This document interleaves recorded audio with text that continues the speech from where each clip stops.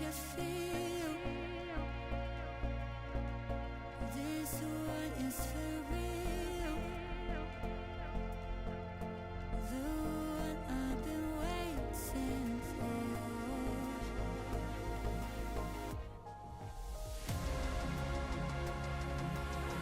It's only magic when you're touching me.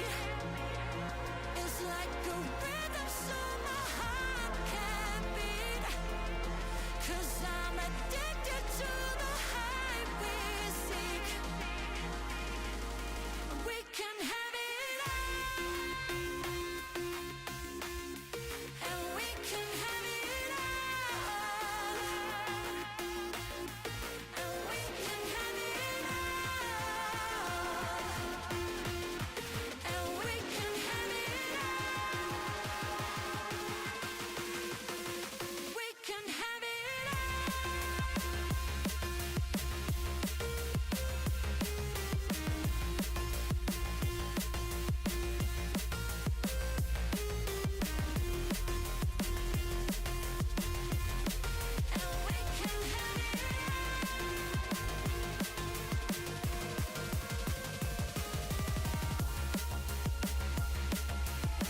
It's only magic when you're touching me. It's like a rhythm so my heart can beat. 'Cause I'm addicted to the high we seek. And we can have it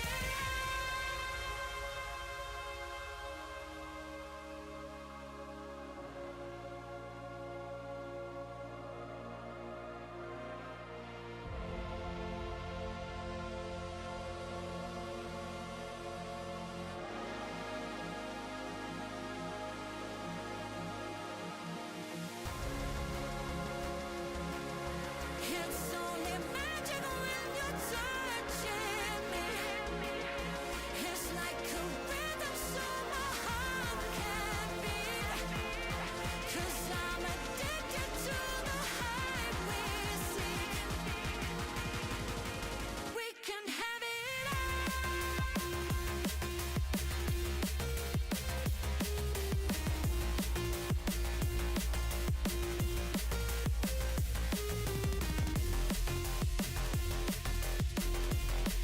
and we can have it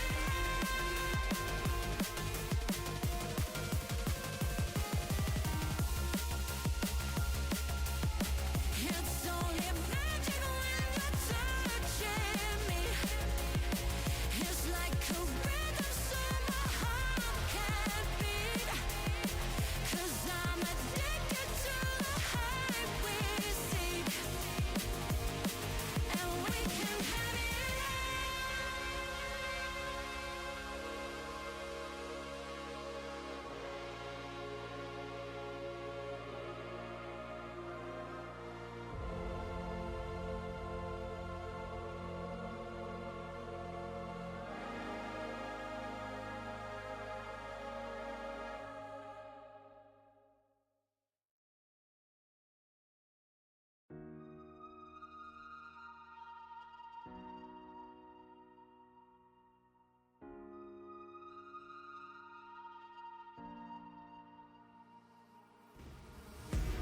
You're a survivor in your mind.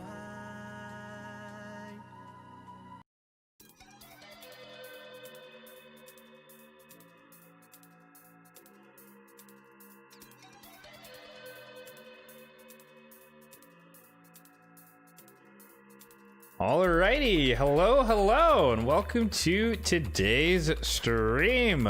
Good morning, I guess I should say. It's 10 a.m. here, 10 a.m. local time. Let's jump right in. I guess the hot button topic as we do some daily stuff here is what's next in Raid. I don't know about you guys, but whenever there's something PvE that comes out, I'm always excited for it. So I'm excited for a new challenge. Hard mode faction wars been announced, out and about. I guess we don't know when it's coming, but usually these are within the next like 2 months or so. But anyways, getting ahead of myself. So today, what we're going to be doing, a little bit of, I guess, working on the Fabian Fusion. So that means a little bit of Fire Knight, not a ton. I did a lot of it last night. We're going to be trying our hand once again to progress in the Cursed City in the last few days here. Got a surprise on that one that I'll show or share a bit later. And then, Live Arena. There we go. Yeah, of course, how could I forget? Live Arena. We're going to be doing some Live Arena today. It's a shame that the stars didn't align, because I finally got through the Marius mission for, what is it? Getting 20 mythical artifacts. But I need the Void Iron Twins for tomorrow before I can do the win Live Arena 30 times. So I was hoping that it would happen such that I could start pushing for that on stream live, but it's gonna have to be sometime during the week. Although I don't know, I might do a special like midweek stream one-off, just do like 30 fights in Live Arena or something, just to try and make some headway on that mission. We'll see. Finish it out next weekend.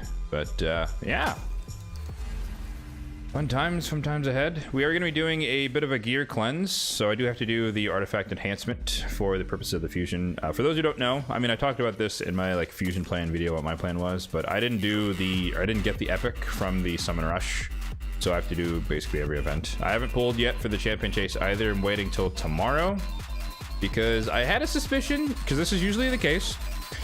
It depends on the calendar, to be fair. But since Champion Training tournament ended like a few days ago, I had a suspicion that a Champion Training event was going to start before the Fusion ended, which thankfully is the case. So I'm waiting till tomorrow so I can Champion Train, you know, the last rare so that I can summon 3 of the epics for the Champion Chase. So I'm pulling my shards tomorrow, long story short. Ancient shards, to be more specific. They are the cheapest and the easiest, and I'll talk a bit more about why that is in, I guess, tomorrow's video. Sometimes. One thing to note here, for the purpose of today's stream. What's up, Crop? How's it going? I do have a hard out at 1 p.m., which is 2 hours and 50 minutes from now, because I'm getting a tattoo later this afternoon. So I have to travel all the way downtown to get that done. So I do have to be hard stop at 1 o'clock. So unfortunately, you don't get to see me rambling on, and even though I say like this should be a 3-hour stream, then it ends up being 4.5 hours. So unfortunately, we can't do that today. Hard out at 3 hours.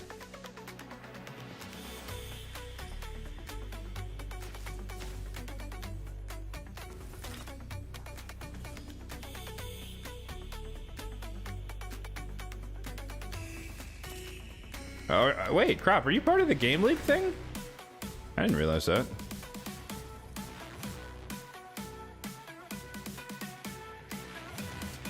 There's like a mob of Game League channels that just popped up out of nowhere.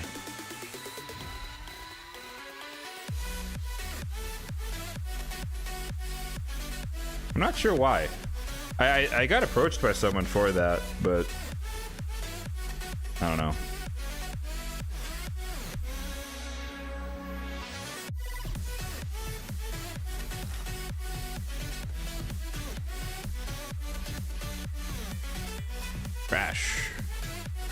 Crash.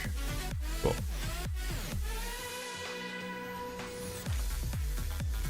But yeah, I'm just gonna run this twice, a couple of super raids, and then we'll switch over to the gear cleanse, specifically accessories, because I've been crunching a lot of gear in the past couple gear enhancements just because I needed space.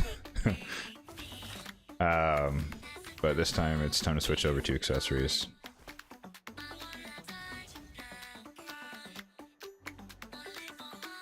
I am happy that they did add the 100 slots to each without the game slowing down. But that being said, like my game still slows down if I try to like scroll down when I say like all gear is equipped. So I like it. It's good. But at some point, you know, there's going to be like a game limitation on how much space we can have. So apparently we're not there yet.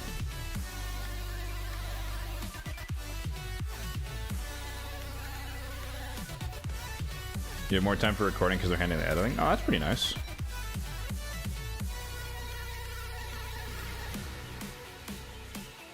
But I assume there's some sort of revenue split for that, right?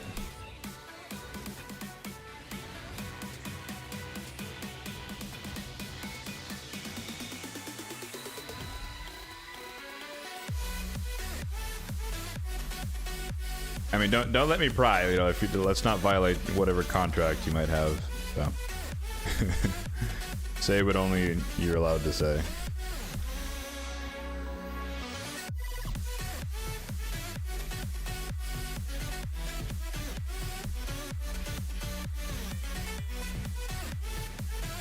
If anyone's wondering, this is Fire Night Hard Mode 6.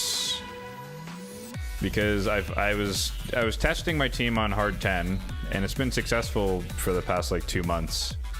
And then finally, I got like the bad RNG run that I was looking to see if it would happen, and it actually failed. And I don't like teams that can fail.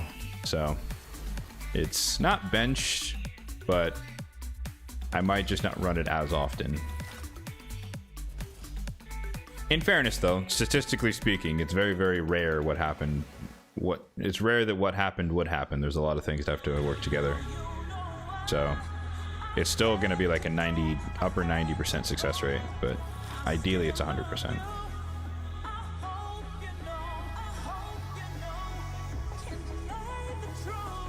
Okay, no, that's good. That's good for you. Happy for you, man. I mean, I guess that corresponds to how you've been able to crank out more videos lately. I've noticed that.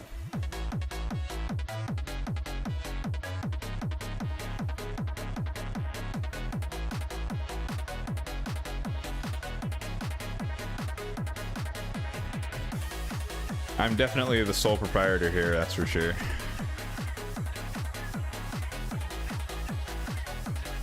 Alright, cool. This is done. Oh, sweet. This is also done. Nice. I think my clan quests are done for the week. Good stuff.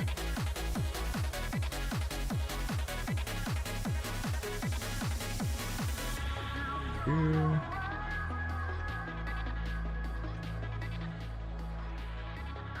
Lower that down a bit. There we go. Cool. All right.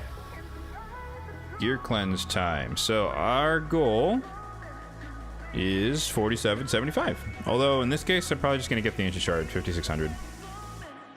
I don't know about you guys, but my silver has been pretty healthy as of late. Well, I know part of it is because with the addition of Chimera, we're getting a lot more clan gold than we used to. So every week, I just buy the silver.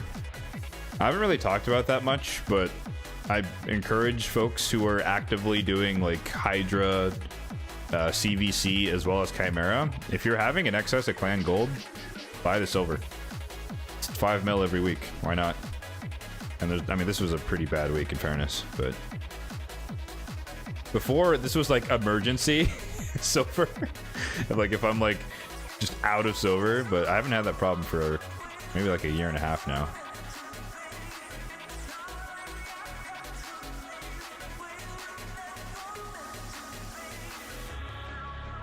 All right. So, for anyone curious how I do gear cleanses, I look at, I mean, we'll see as I filter through pieces, but I want to like get the most bang for the buck in terms of space. So what I'm looking for is like, what's the biggest defender? Actually, let me just get rid of all the 4-star stuff. Oops. So, what we're going to look at is how many banners do we have? 428, amulets 784, this should be the highest. And then 354. Which means I think I did rings fairly recently, and I typically get a lot less rings and banners than anything else. So this 171, 63, that should be low, 120. Those look like low numbers to me, like I haven't gotten that many rings. 53, whoop, 53 on the banners, 54, 68, 129. I could do accuracy banners. 124. Let's do banners. We'll do accuracy and resistance banners. What's also nice is that there's like the free gear swap thing going on, because what usually happens, well, not usually, but what can sometimes happen during these is that I'm like, I roll up a new piece that's like better than what someone has on, and I'm like, oh hey, swappy swappy. Although I'm gonna try and not level things to 16 just because they're pretty expensive. So this is like, the goal again is to minimize, or to maximize space gain. So we're gonna take things from like 0 to 12 and beyond. I mean, obviously that's trash. There's no speed. We're on accuracy. For some reason, like, I don't know if you guys have, like, you can check your factions or whatever, but like some factions just have like so many banners compared to other ones. It's like Shadowkin, I have a lot, but there's only like, what, 7 equipped? Then Barbarians, there's like 15. Absolutely insane. But yeah, if this doesn't hit speed on the first roll, it's gone. Okay. Has to double. Okay, that's like, this is like Faction Wars Curse City quality. I'll take that. That's fine. It is 5-star, but they don't need 6-star gear. That's not bad either. Ideally, this would double speed. If it splits, it's gone. You don't want that. I don't like gambling on something hitting like god tier rolls at level 16. Possible, but unlikely. All right, this is the pinpoint one that I wanted to roll up.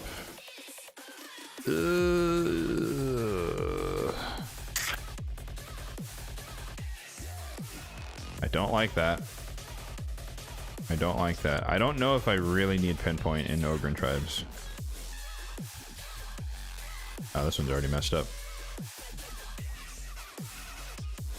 I know most people would probably keep this, but I'd rather have the space and look for the gear than have a piece that's just like trash to me. If this had rolled speed once, I would keep it. And there's no one like actively looking for that type of piece. Do you have any thoughts about the new glyphs from Faction Wars? I need more details. I mean, more glyphs is better, so I don't really see a downside to it. Oh, I'm in the wrong spot. My bad, guys. My bad. Let me fix that. There we go. Gear cleanse mode. Oh, this is already messed up. There's two chances to hit speed and you miss both. Like, so I don't know if glyphs are... my interpretation is that these are like common, uncommon, and so rare, epic, and legendary would just be better quality 6-star glyphs. Or sorry, this one. We'll have to see what that means. But again, I don't think there's anything bad. They're better than what we have. I don't see a downside there. Oh, actually, I did want to... Where is he? Sun Wukong 2. Where'd he go? Here he is. I did rebuild him today. I just wanted to see if this is going to roll nicely. Double accuracy.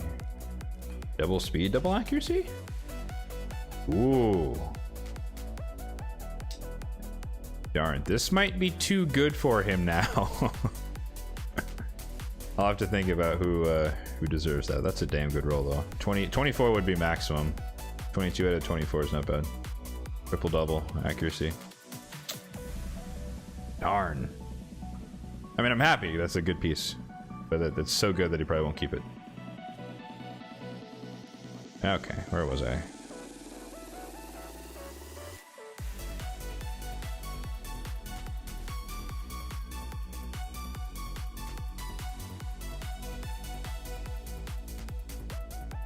Alright. I think we were through Silver. We're in Ogren, right?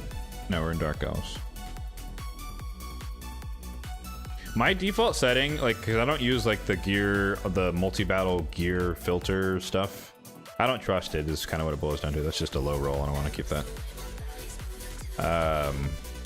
So I keep all banners with speed, and then I roll it up later to see if it's good enough. Why did I roll that twice? I'm on autopilot. And then, especially if it's 5-star, it basically has to double speed, or it's kind of gone at this point. Because like I said, even though I need a lot of banners for certain factions, most of them have enough banners. And so the only way that I would improve on what they have would be like a double speed. You can kind of see like double speed, double speed, double speed, double speed, even though this is a weaker one. But like they're all, the baseline for everyone is basically a double speed, even if it's 5-star. So single speed is just not going to help at all. One exception being like, you know, if it's pinpoint. I would like to at least hit speed one time if it's one of these super niche sets. So like this would be superseded by this one if it hits speed once. If it hits speed once. There we go. We made it work. We convinced it to work. All right. Supersonic. Double speed. Ooh, not a good start.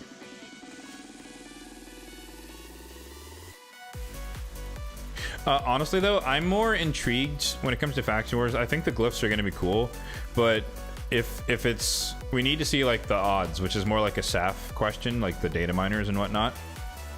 I'm more interested to see if there's going to be more materials on average per stage, meaning that we can forge more perception on a like in between CVCs, so we can earn more materials. That way we can forge more, which is like more silver, more chance for better pieces and all whatnot. Did these both miss speed? That is tragic. Okay. Refresh. Okay. And then I'm on edge because of what they said for how you get 3 stars, where it's like you have to do a special challenge, and it's like, okay, I'm intrigued, but if they mess that up, it's going to be a lot less exciting. So they have to be careful there, because we don't want another like Soul Cross Hard type situation. Oh, that's tragic. If this comes back and hits speed though, I think it's saved. Ooh, double flat.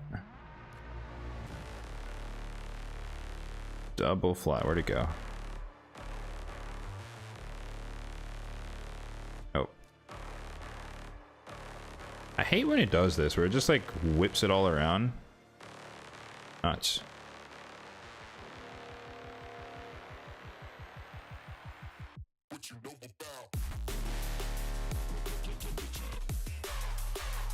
Okay, guess we're moving on to Skinwalkers because it's decided for us. That's fine.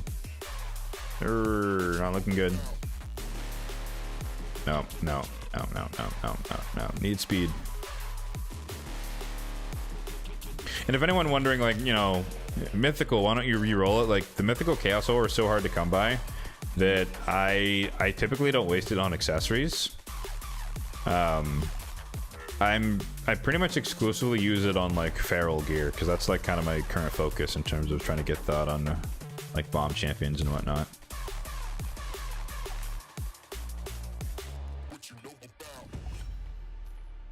I don't know why I rolled that up. I already got one that was doubled.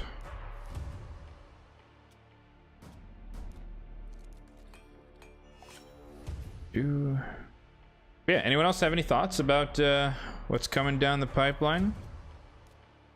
Hard mode faction wars.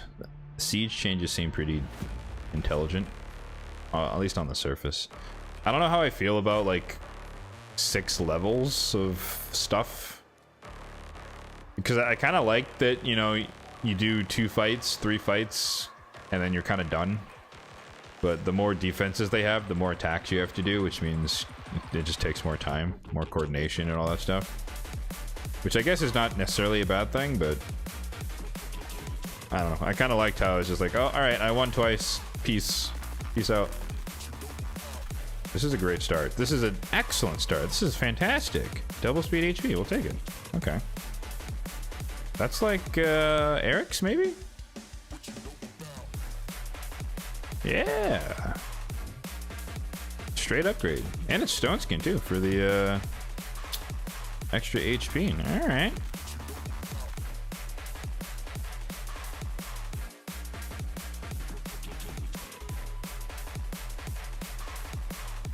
You can see the lag there, right? When I have all the pieces up. So like again, like adding the space is fantastic, but like when you have a lot of gear, your game's gonna lag, and the more space they add, the more it's gonna lag, unless they do a little bit of optimization behind the scenes. So free gear swaps, we'll take that. 7 more speed. Nice. Although she's slow because her boots aren't maxed. We'll take it though. Excellent.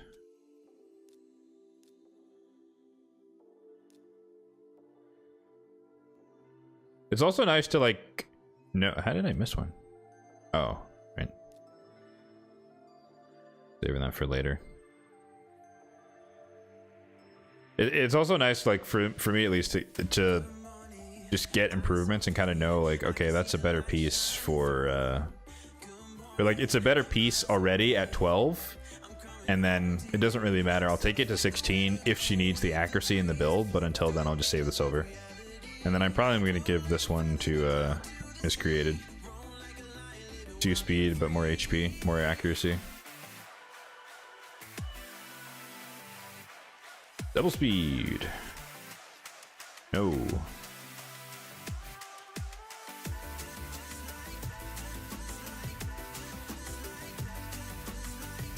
Double speed.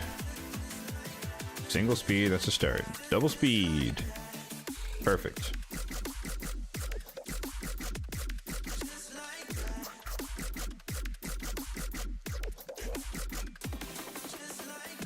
Ooh, double miss.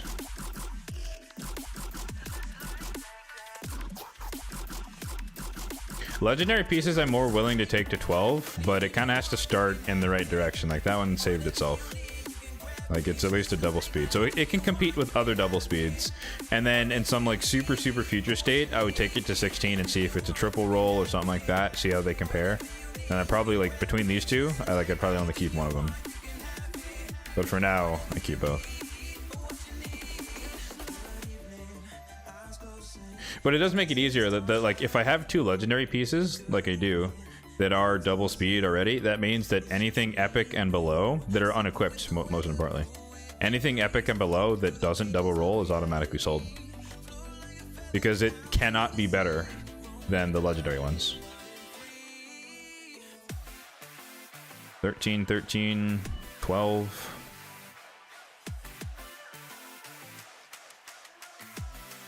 Did this one roll? Do these have HP percentage? No. That's the one saving grace, is that this one rolled HP percentage, so I'll keep that one. Honestly, these can all just go. No point rolling them.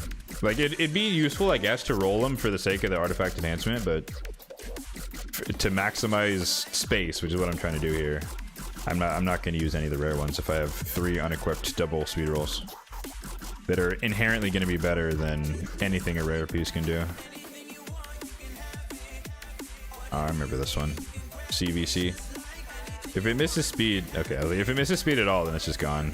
It still has to double though. If it's full splits, nope. Nope. We need speed on everything. Hashtag endgame. This one's allowed to split because it's pinpoint. That's fine.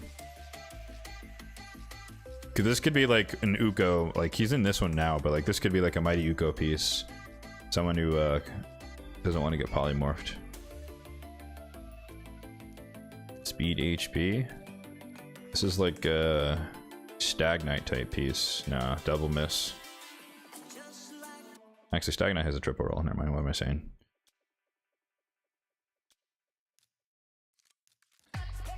Speed! Nope, okay.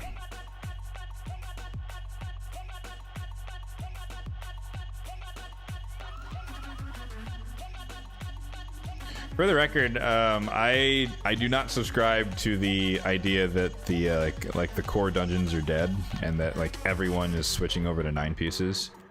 Like I know that applies at the upper echelons of the game, but for the majority of people like myself, I think dungeons are still relevant. Look, so I'm not out here getting rid of all my normal accessories and hoping to switch everyone to pinpoint. That's just unrealistic.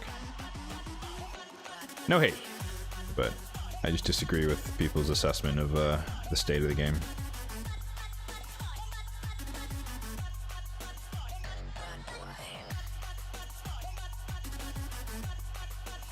My anticipation here is that all of these banners, even though we're kind of nearly done, I think, they might get me like a third of the way, tops. My instinct is to sell it. I'll risk it. Okay. Fine. Single speed roll, we'll take it. That's the rule. Double miss. Double miss on a 5-star instant sell. No matter what. Like, I don't care if it's a special set or anything. Like, it's a bad piece. I'd rather not have the set than have a dysfunctional piece in a set. Double speed, we'll take it. 6-star. That means automatically that 5-star gets eliminated. I don't think... Like, this could be like an armor group piece, maybe. A little bit more defense. That's a good one for her. But the fact that there's a free one means that this rare one can go.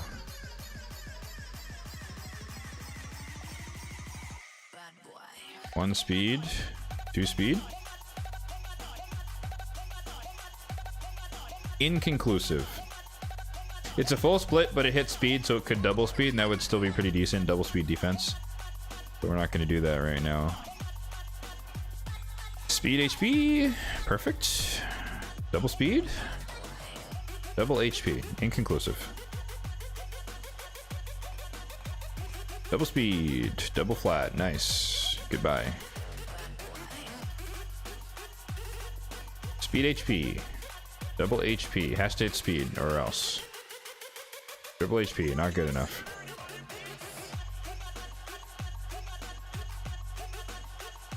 Two. Double speed, perfect. And then 12 for the points. Defense, excellent. That's good for what, like a... I think my Morag's in the defense banner, but like someone who's like a newt, I might switch this. Yeah. Not gonna do it now because his banner is 16, but like that's an upgrade. It's 5-star to 5-star, but it has more defense, which is what we're looking for. And it could triple speed. It could triple on the defense percentage. This is good for like a Faction Wars nuker. It's better than this one, so we can sell that.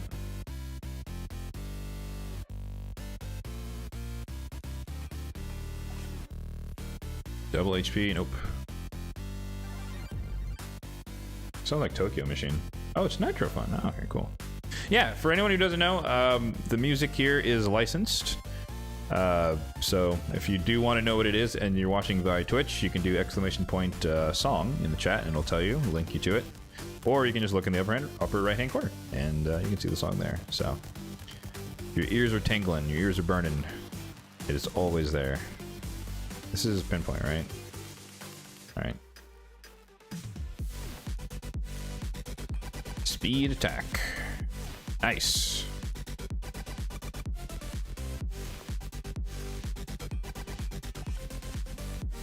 Nice. What else did they announce? Oh, like, community weeks, dude. I mean, you know, just like with any new champion, we need to see the kit, we need to see the stats, like the new mythical as well for Faction Wars.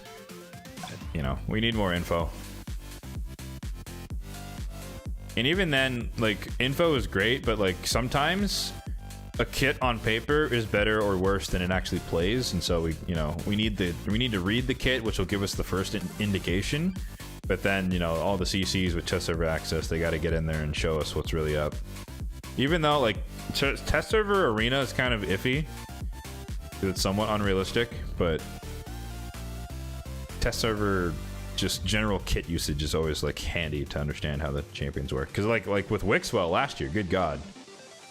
He was so unpopular at the start, and then people figured out how he worked, and he became like the GOAT. What's up, Danker? How's it going, man? No, it's a double miss. We don't want that. I mean, we have a double speed despair with a double speed despair, so rares can go. Reaction? Do I have any, like, Lizardman nukers? I don't think I do. Oh, you have to hit speed at 12. Ooh. Ooh. That's a goner. That's a goner. Sad days. Where did it go? God damn it, it did it again. Oh, there's the speed. I'm like, lost it. No speed. This one has speed.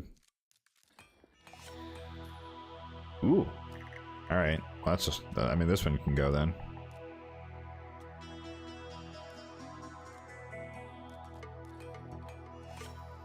Think Faction Wars hard mode is catered towards endgame and mid-game? Absolutely. Yeah.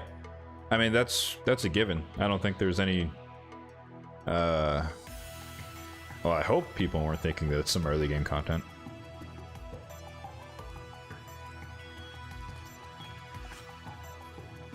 I'm excited for it, but I'm biased. My favorite part of the game is PvE. So, like, to me, this is a PvE game that forces you to do some PvP. That is my interpretation of Raid. So I'm always excited for more PvE content, which is not necessarily the most popular view. So I acknowledge that. Double speed, it's merciless, so there's extra attack with this. Solo run? I doubt it. I think it's gonna be harder. I think what... So, I thought that they were gonna release all of the faction unity before we got hard mode, and that might still be the case. Like, Shadowkin's in the game, but Sylvan Watchers are not yet here. And I'm expecting that we're gonna see waves with the faction unity champions as enemies. For sure. Just to be annoying. Or they'll be like the boss's minions or something. I don't know if the bosses count as factions. Maybe not. But, that being said, I also still expected that the last faction itself was going to come out before Hard Mode Faction Wars, just to complete it. Just so that you don't have people, like, they get close to Lydia, and then they have to do the last faction, then to get her, and then also figure out Hard Mode at the same time, you know. I think it'd be a bit cleaner to just give us Faction 16, but I'm not a dev.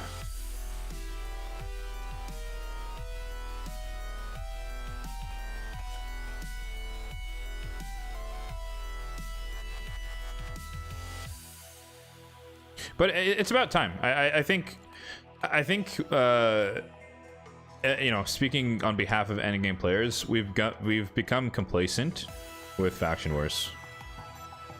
It's just something you do, but you don't think about it much.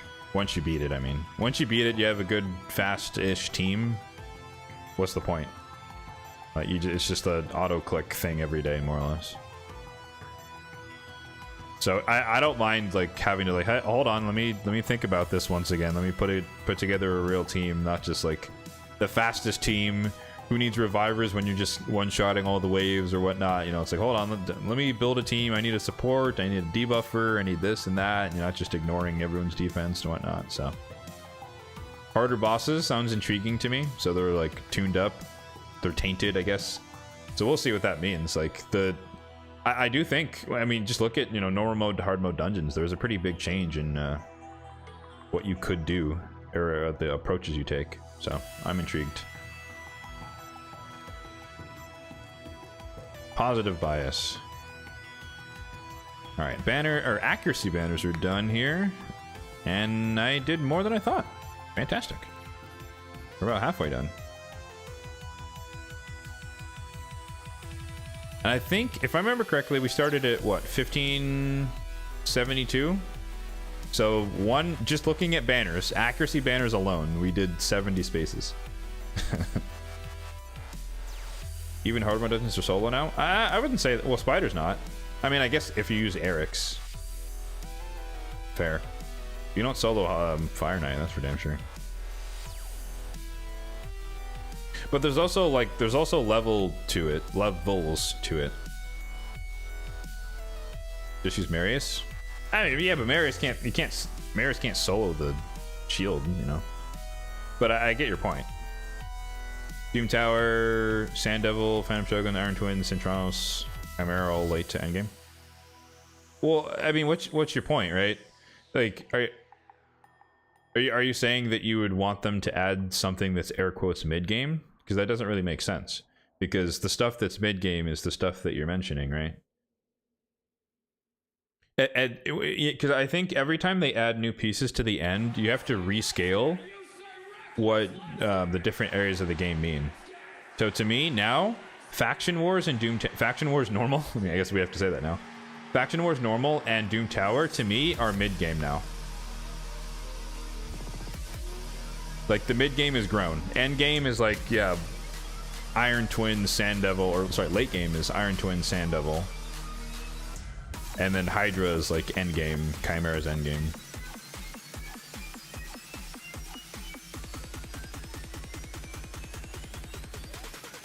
All right, res banners I should have a lot less equipped.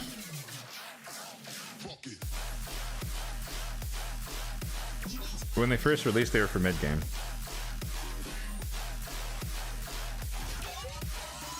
No. At the time, they were their own late game, right?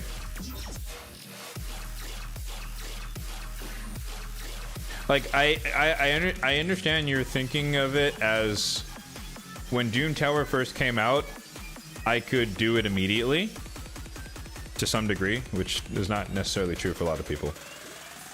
But it is Doom Tower, you're more equipped to do compared to Chimera Hydra when on release. So I accept your premise in that regard. Is this Sullivan King? Yeah, it is. Okay.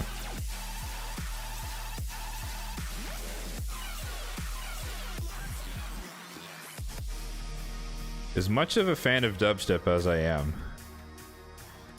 even I have limits where it's just like a bunch of screeches and noises.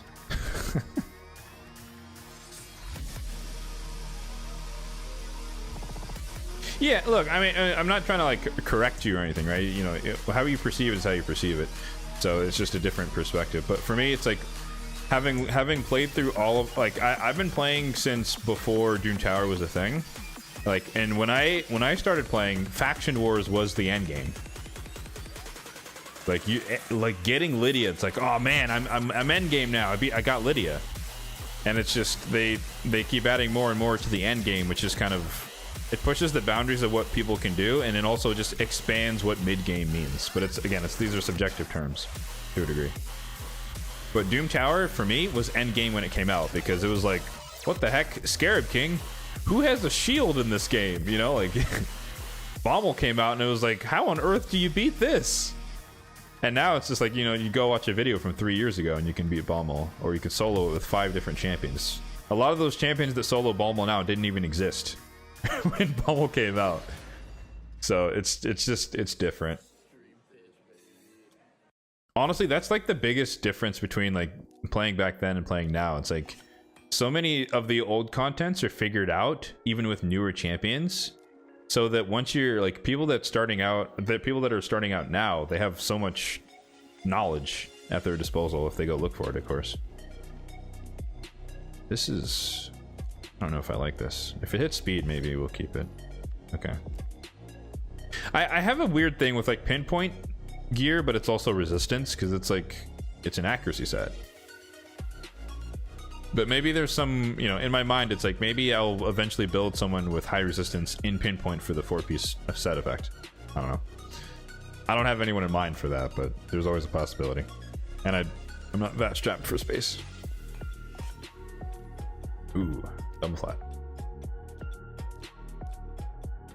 Yeah, that's my interpretation of the expansion of the game. I don't think it's possible to add mid-game content to the game at this point, because that means that for a person like me, 4 or 5 years in, I'd be able to beat it on day one.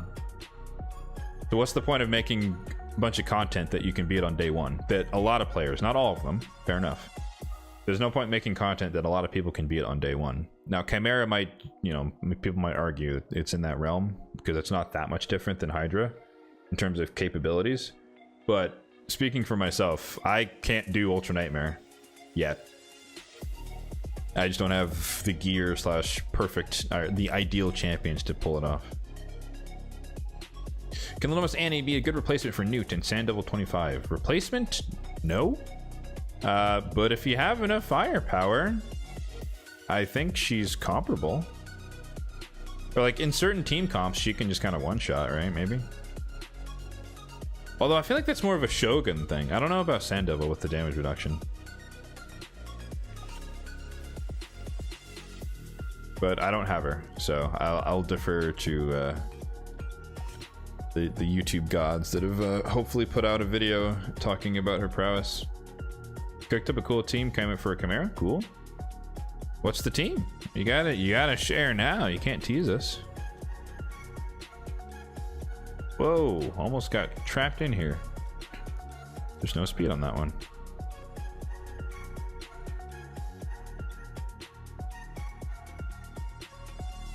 Ooh, every once in a while. I'm not immune to it either, but I like pre-filter my gear when I get it, and every once in a while maybe like you misclick on the screen and it just slips through, or maybe it's from like a CVC reward or something else on the side. It just slips through and it's like a banner with no speed. Like there's no point. Hello, double speed. Take that. Double speed attack, triple speed. We'll take that. Okay. I was gonna say that might be an upgrade for my Fane. The Merciless is kind of nice.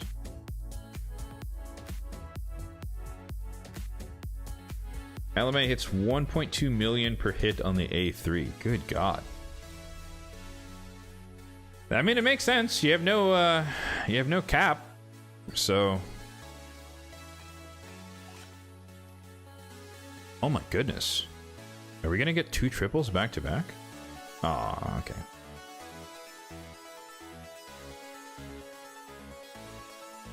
Let's see.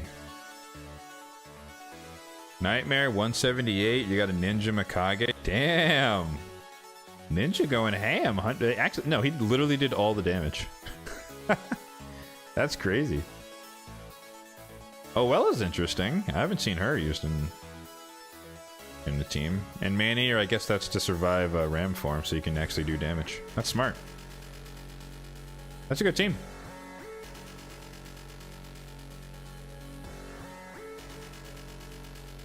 So we got triple speed and a double speed. I like where this is going. Double speed here. Steel Skull, sir. I think you can swap over. Good God. Double miss. Love to see it. I'm just gonna... Yeah, get rid of that. I think Steel Skulls are gonna get one of these too.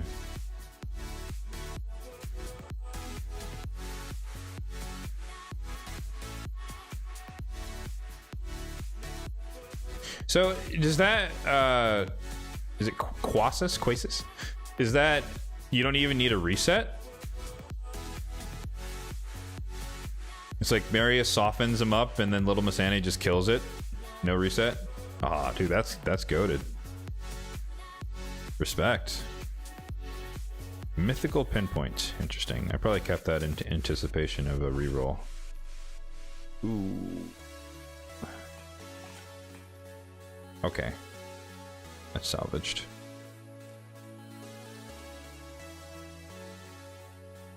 You were short of a Lego craft, took out Lydia and Python, you were able to do it. Oh, I see. You wanted an extra trial or something. Okay. Did it just shift on me? I wasn't looking. What happened? I feel like I was somewhere else. Okay. I don't know why the game does this.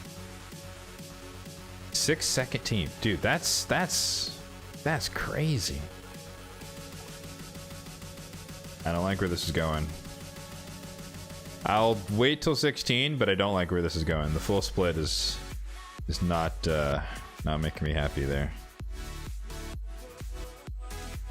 Is this a deja vu double speed? I guess it's a little bit slower. If this rolls defense, or even triple would be really dope, actually. Ooh, upgrade for Ancora? Less defense, more air speed? I think we make that swap here, boys. 276 to well, I guess it'll be slower because I don't have the glyphs right now, but put like a 4-star in there, just a placeholder. We do that. I'll take this one to 15.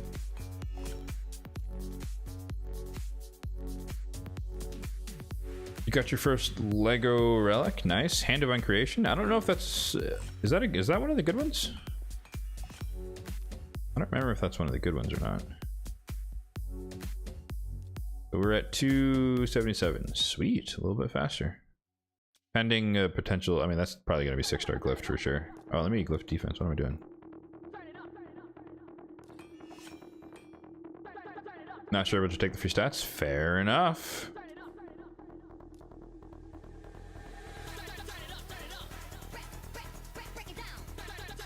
I don't think I have that. Oh. Let's look at it. Oh my god, this is so hard to find. Okay. Where is it? This. Reduces the chance of applying debuff stealing or removing debuff stealing turn mirror against the wearer by 10% up to 20%. Oh. It's one of the weaker ones in terms of the effect. Like it's the I think the chance is too low. That's the problem with it. 10% scaling up to 20% just to have a chance for something to not happen. I think you're better off just like, I mean, you know, easy to say, like just use the wand, but like the wand being a 50% chance is just kind of better if you have one, obviously. But I mean, yeah, in the meantime, get some accuracy on it. Stat stick.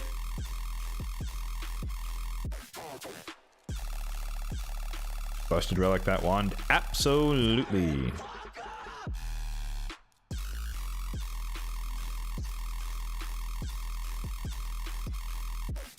Yeah, if it was 50%, then we'd be talking for sure. But 20% is just kind of like, it's weird, right?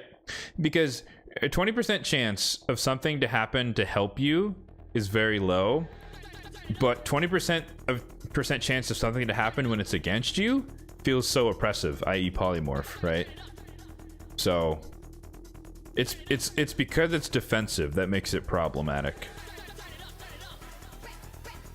Because essentially it's just like, hey, you have a 20% chance to resist something. It's like, it's not that good, versus saying, hey, you have a 90% chance to resist something. It's like, okay, now we're talking. The R in arena stands for RNG. You had to watch CCs. Well, I mean, the thing is, not every CC like did like a deep dive and read all the relics, and I have to admit I didn't do it either.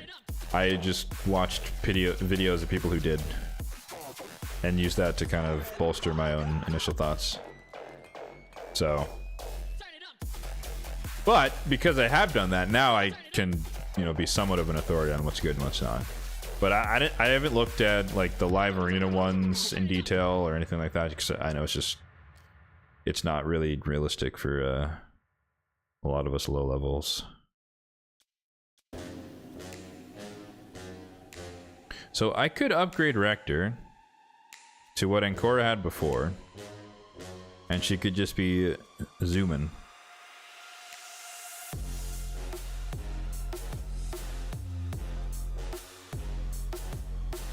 I don't think I have a problem with this. Okay. Like, I'd prefer HP over defense.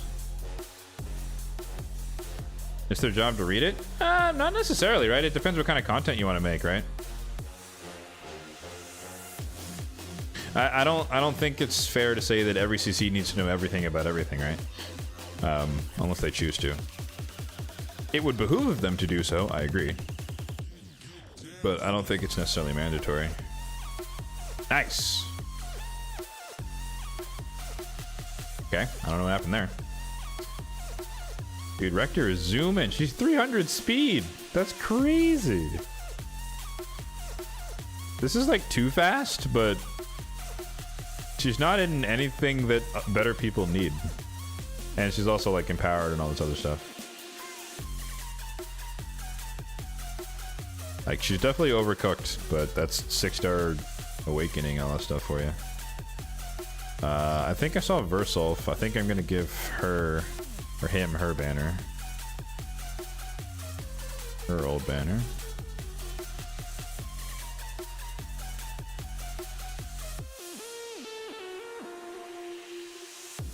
Because he is HP based and this gives him more HP. Perfect. And then he dropped this one.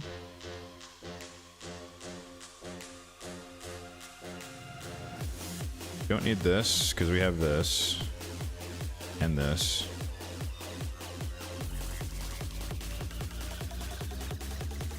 I honestly don't need this one, even though it's 16, but I don't need it. Although if I get someone else who just wants speed but not the attack, dang it. Talk myself into it. Bummer.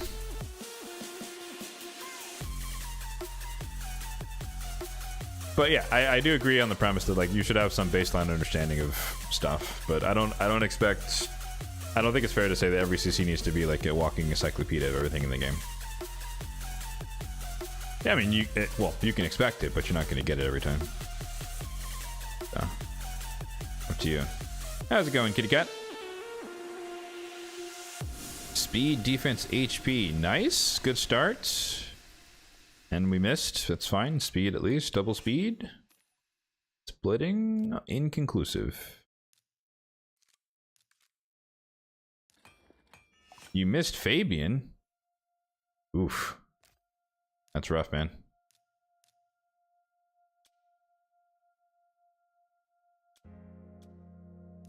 This needs to double roll or else it's gone. Nope.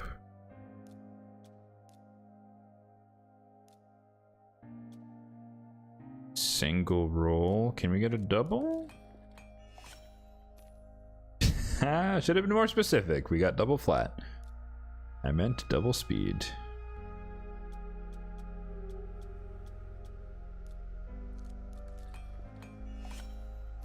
Wonder if Siegfried can be built as a support. I mean, I think so. Yeah. I think he could be built in general as a support. I feel like you're implying something else, though.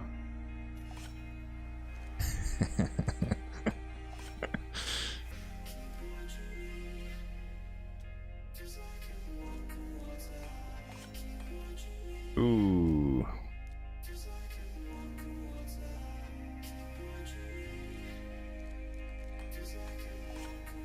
If you could swap forms. Yeah, I mean, I wasn't a big, like, dissenter on that thing. Like, I didn't mind him being super niche like that, so...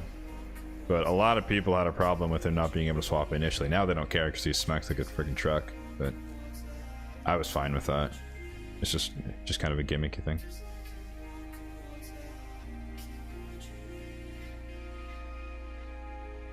You're still waiting for Minotaur 20 and Primals to not give rares? The first one's actually probable, just because from what I've heard, they've been talking. Well, they might be more open to expanding Minotaur just because most people have been bitching and moaning about it, appropriately so, for years. But Primal Shards to not give rares, that's a tough sell.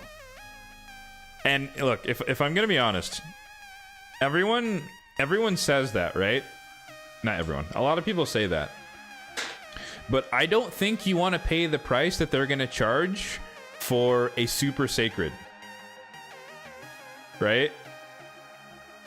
Like, if the Primal Shard doesn't drop rares, meaning the baseline is epic, then legendary, then mythical, it would be more expensive than a sacred, which are $20 each, 25. I don't think you're gonna want a $30 Primal Shard. Tell me if I'm wrong, but like, it's not gonna be $5. You know, I don't know. And then they probably limit how many we get to compensate for that, right? I think that would bring more harm than good, for the sake of dropping rares. That being said, considering my RNG, maybe I am a little bit biased. So, maybe I am not allowed to have a say on this one.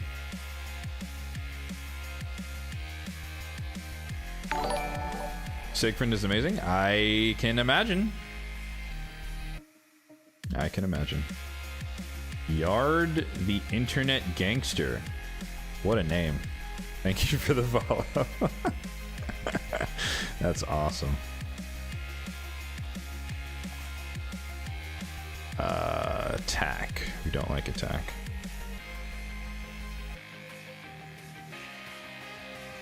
People really hate to see your Ursaga in Live Arena. Really? What level? Wait, what level of Live Arena are you in? I would never ban an Ursaga. Oh, we had another slip through here. I don't know why I kept this. No speed.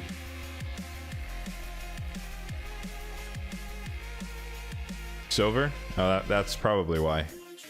No, nobody would ban her in gold. So I guess if you play long enough in Live Arena, you won't have that problem anymore, but you'll have plenty of new ones. That's for sure. Alright, so we have a baseline of double speed here, so we want double speed or get sold. Get sold. Offred Brass. I don't know why I cannot say this dude's name. Brassclad. I think he's pretty darn strong. His passive is really underrated. You just like protect someone for like, it's like the Freya before Freya. It's a little weaker because it's not an instant turn. Ooh, whoops. Double clicked.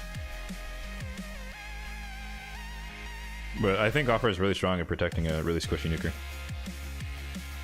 Surprised people don't ban Hedgie more. The thing is, Hedgie's been out of the meta for so long that honestly, there's gonna be a lot of people that don't really know what he does, and so they don't know if he is like they don't know why he's there. Yeah, Hedgie's making a comeback is my point, but but because it's a comeback, a lot of people don't know what he does or why he's being picked. I do, right? And you probably do, but his opponents clearly don't.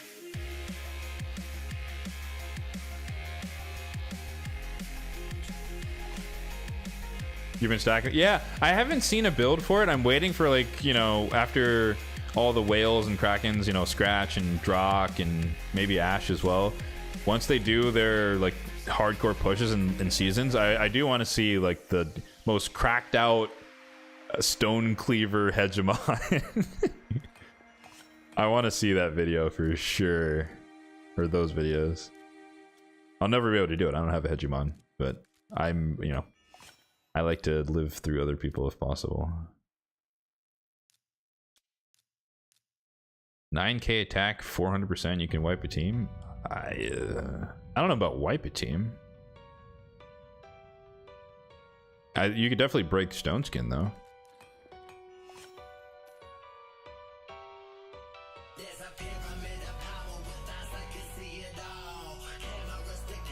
So yeah, so blasting through Stone Skin and killing a nuker, I could see that happening. Blasting through Stone Skin and killing the entire enemy team, including the tanky ones, That's unlikely. But prove me wrong.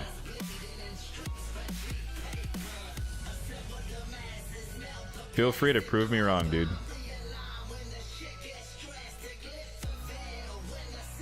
Rate 1 to 10 for what, the... Oh, the emblem for the clan? That looks dope, man. Is that a dragon head? Or is that a helmet?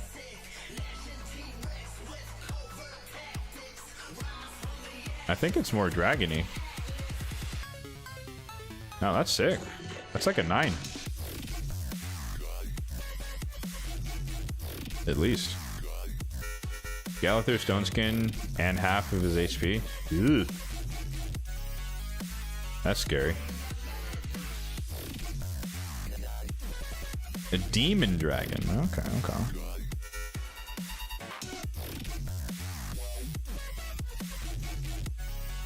Okay. Speed on pinpoint. Can we get a double? I need to be more specific. I keep saying double and I keep getting double flat. Kick self. But it's better than this piece. What's up, Dango? How's it going, man? Welcome in. Minotaur 20 comes with new masteries. No, I do not hope for that. I do not want new masteries. Unless they give everyone a free reset. No, I'm not paying 150 gems for a like I have like 100 champions with masteries. Double miss. Hate to see it. What's in the itinerary today? I honestly need to figure out if it's possible to set up my bot on the YouTube stream. But yeah, gear cleanse, doing a little bit of Curse City, and then we're gonna head to Live Arena. That's the plan for today. Dude, isn't this crazy? Look at this. I have 3 double speed 6-star banners unequipped.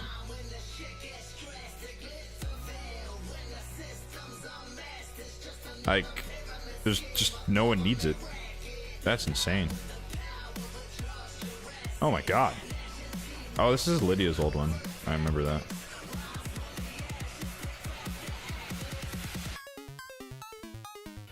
I guess no one needs it in this faction. Oh, this is trash. This must have been like some copium piece from like years ago. Time to go. I almost don't want to roll these because these have to like triple speed in order to even compete. Nah, no way. Nah, no way. Calling my bluff? Okay, yeah, we failed.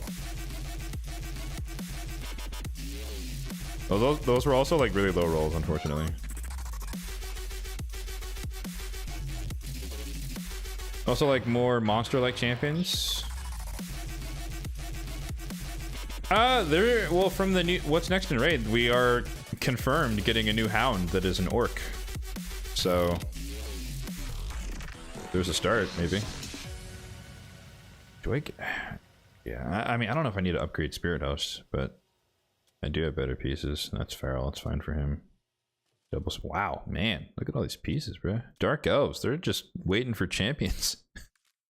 Honestly, though, Dark Elves, it's kind of sneaky bad. Like, on one hand, it's like the champions are decent, like, you know, your Lydia, your Mithrala, etc. But it's like, once you go below Lydia, Mithrala, there's like no champions in Dark Elves that are really good, really good. Especially like on the resistance side of the house, like Reviver or Stankiness.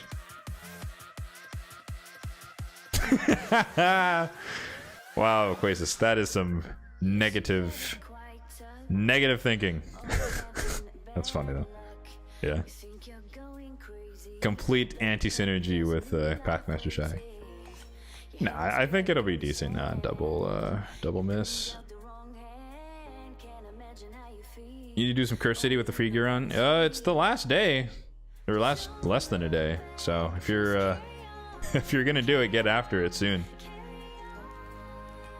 My Galathir build is high resistance, as high as possible. I'm not happy with it, but I don't have the gear to make myself happy with it. So Wow, orcs are just striking out here. Okay.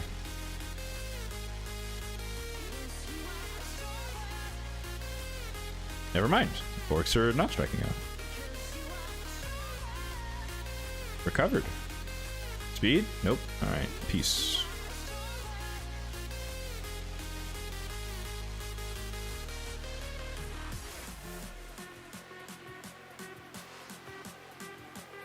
Gonna go cook.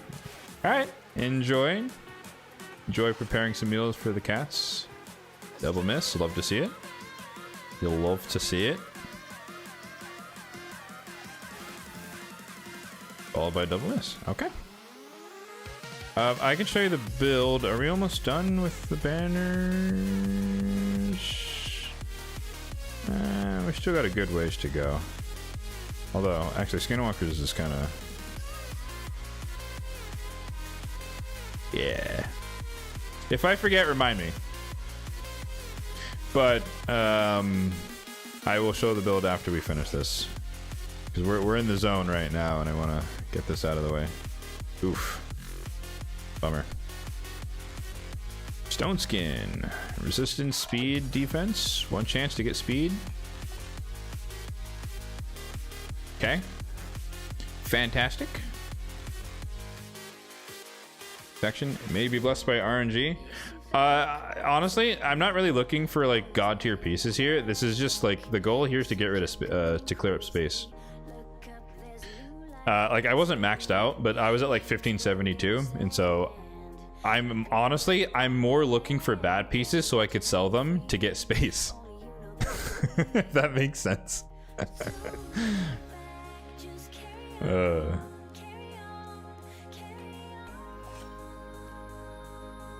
So like this, we're on the hunt for bad pieces. Every bad piece is one more space. One more, excuse me, one more space. That's a sign to drink some water, folks.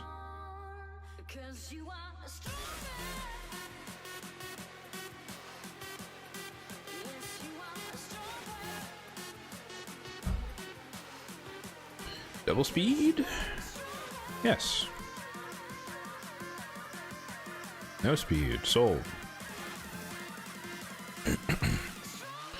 500 actually to land sleep on Sand Devil 25. Isn't it lower? I think it's like isn't it like 475? I mean, it's around 500. I guess you're in the realm of satanics. What? Of semantics. What on earth am I thinking? Hey, what's up, Brian? How's it going, man? Hello, hello. Single speed. Hate to see it.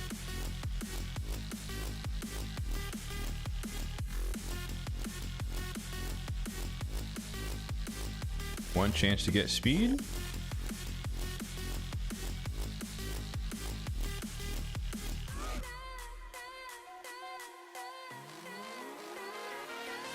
What the heck just happened? Oh, it shifted. Yeah, we're in Ogre. Okay. I was like, whoa, where do we go? Where we go? Right, we have an upgrade on the chat, man. Bottom right, we've got the super merged chat. The YouTubers can talk to the Twitchers. Which sounds weird now that I said that out loud. Didn't process that before I was saying it.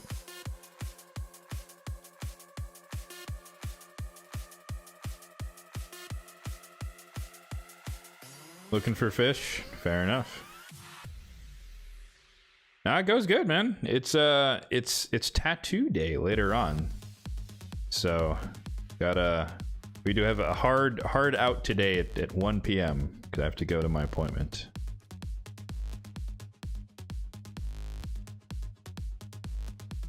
Twitch content got better. YouTube kind of went down.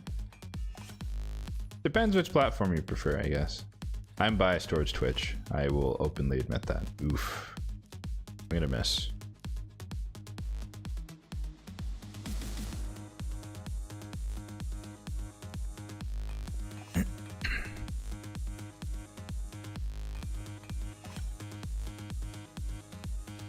Sir, that's not how you spell sleeve. It's Sorry, grammar police. Yes, yes, but not on my full sleeve arm.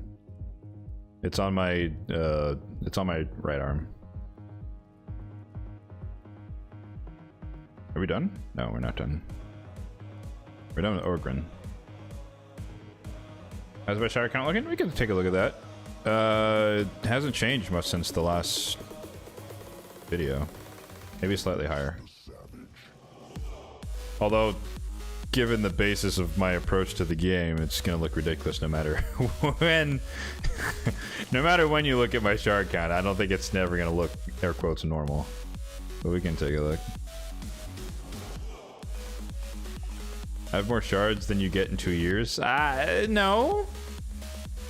No, that's not true. You just if they're in and out, then you're gonna have less. But I probably have less than you would acquire in 2 years. Give me too much credit.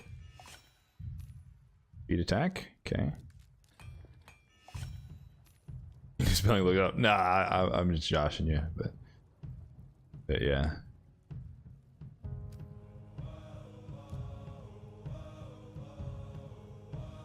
All right, two more factions. We're almost done. We're almost done. We're almost done.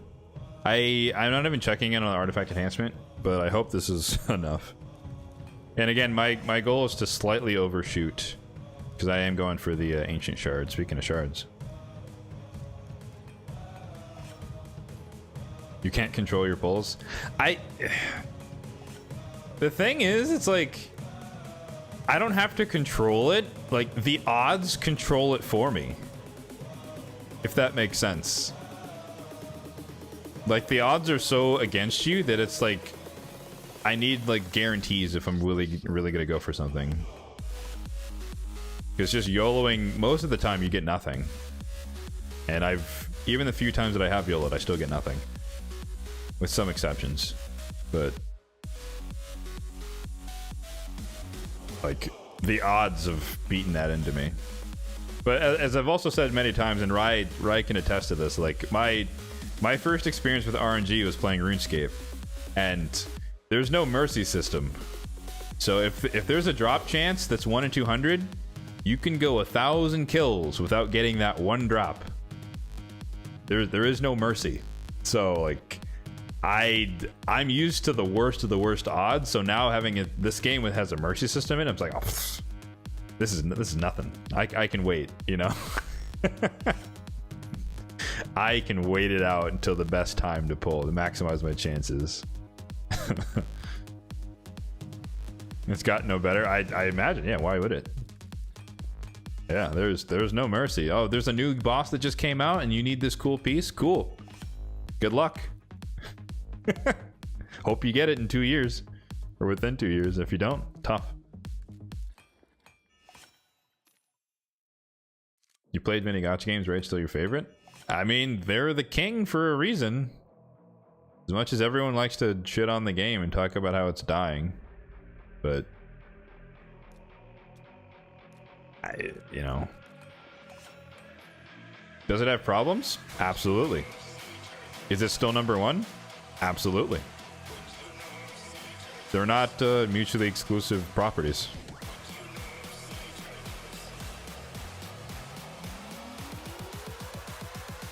All right. How we doing? 443. Okay, so we have 400 to go. Genshin Impact Enjoyer. Ooh, waifu. Honestly though, I've been hearing some shit talk about Genshin.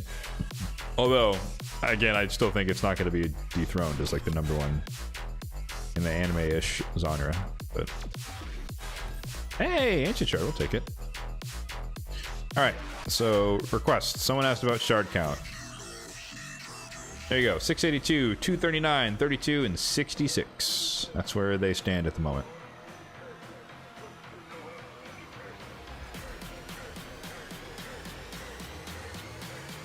Always end up with more resources than you started with? Not always. Sometimes. In this case, because I'm cleansing accessories, I should be down on silver.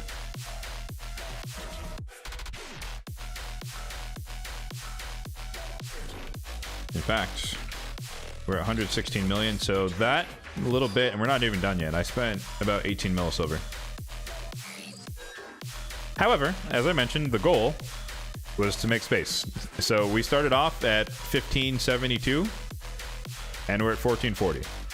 So 130 spaces. That's good enough for me. So in that case, we need who is sitting on a gear piece that is 15 that we can send to 16. Oh, the Gallithor build. Yes. 83k on the HP. I guess chat's blocking the accuracy a little bit, but it's fine. 84k HP, 3500 defense, 307 speed, 700 on the res, and 298 on the accuracy. So I want the resistance to be like 800. But unfortunately for me, that would require some sort of resistance set bottom piece here with like similar stats. Like HP gloves, HP chest that are in like resistance or... I don't even know what else is there. Fortitude. Righteous. Or I actually get a goddamn blessing for the guy, ideally 5-star, and he gets 90 res from that, which would put him close to 800. But I am taking advantage of, 2-piece stone skin, resistance, and then I also have the 1 piece of protection. Ideally, I'd have 1 piece of supersonic, but this is such a good piece that I can't really replace it. And so is this.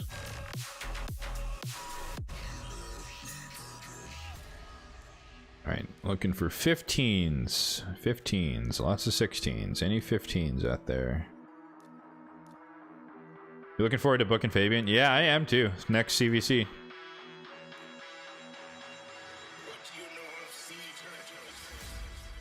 Looking forward to that. I think Ancora. Perfect. HP? Hey, let's go. This is great. What a fantastic piece. This is from today. Nah, come on, 4 or 5. Come on. Come on, I believe in you. 3 more tries. 2 more tries. There we go. I'll take it. 668 on the res. Goodness. All goodness. That should... No, that didn't do it. Still more blue rings. I don't have that many rare rings, to be honest with you. Yeah, like, it might look like it, but there's not... It's a terrible way to go through it. There's really not that many. What, 38? And most of them are like, yeah, they're like from like the cleansing... The ones you get from the bazaar. I don't keep that many, for obvious reasons. Okay, Ancora was not enough. Well, more 15s. Who's at 15? Anybody? Anybody?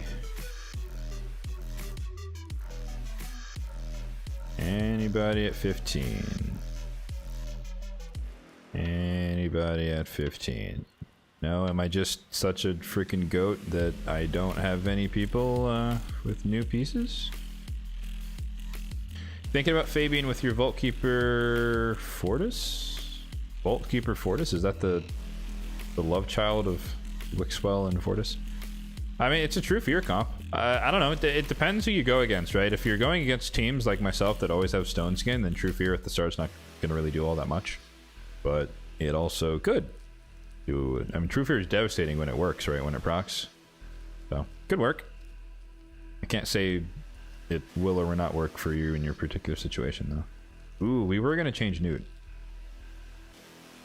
I remember this this banner, right? Where was it?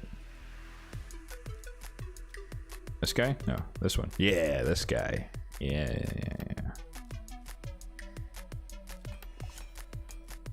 Come on, you can do better than 2%. You can do better than 2. Okay, there we go. I don't know if I want to give him speed. Yeah, no, I know Fortis. He's the Void Legendary, Secret Skill, True Fear, whatnot. I mean, the synergize as well. The problem with Fortis is that the amount of fears that you need to actually scale up the damage might exceed the amount of turns you're going to get in some arena encounters. unless you're in full control. However, the flip side to that would be if you're locking them out with Fabian, you could buy yourself enough time because they don't have their skills. So it could work. But then you're at the RNG side of things of whether or not you unlock the secret skill. So it could work. I see no problems with it. And I encourage you to try it out and let us know how it goes. Yeah. Why did I do 1? Let's take this to 16. Attack. Bummer. That's fine. Actually, let's cliff the flat defense as well. Since you don't play close touch to the China politics side. I mean, yeah, I don't care who owns. Like every few months, like Plarium, the company that owns Raid, every few not months, but like once a year or something, they get new management or new owners, and everyone's like, "Oh my god, we're gonna see so many sweeping changes in the game," and then like it's just like the same trajectory, and it's like I don't care who owns it, guys. I don't care, man. I'm just playing the game at my level, and what happens. How's the finger? It's regressed a little bit, not gonna lie. Your boy got a little confident a couple weeks ago and tried to climb for like an hour or so, and it felt okay, and then it didn't feel okay. So we're back to where I was like a month ago, but it's improving. Entirely 1000% my own fault. I was feeling good. Too good. All right, so artifact enhancement is done. So the final tally for the purposes of the fusion is 113.5.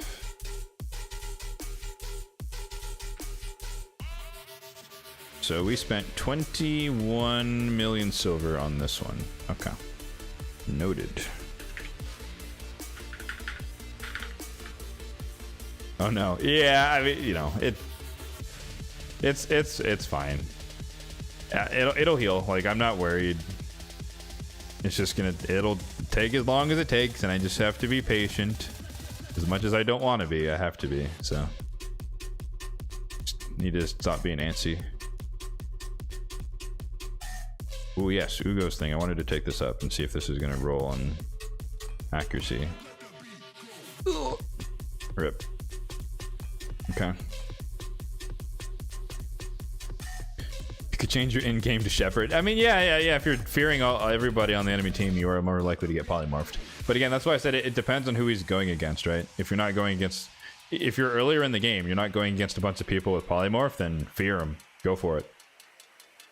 But if you're end game and you're seeing everyone's in stone skin, everyone has polymorph on, it's not a good strategy, right? It depends. All right, here's a 15. Defense. That doesn't help him, but you can't get attack on the shield anyway. Oh yeah. Are we done? Because we have a half hour before live arena opens, so we're kind of killing time here a little bit as well. Hard one faction, which should be interesting. Any theories what the challenges will be? So what did they say in the video, right? They said like get the final blow while someone's under a veil, get a kill with a X number of debuffs on. So I'm thinking think Chimera Trials, to put it short, to put it briefly. I think it's gonna look like some variation of Chimera Trials. So kill the boss with decreased accuracy on, or kill the boss with decreased attack on, stuff like that. How hard are they going to be? It depends who you have, right? It's the whole... I envision, though, we're going to have some problems of like, this doesn't exist in the faction. Back to the grind. Catch you later. Hey, appreciate you dropping by, right, as always. Hey, what's up, Pocket?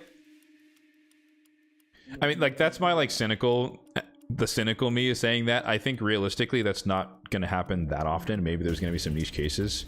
But for the most... Or it's like, oh, you don't have Duchess? L Demon Spawn, you know?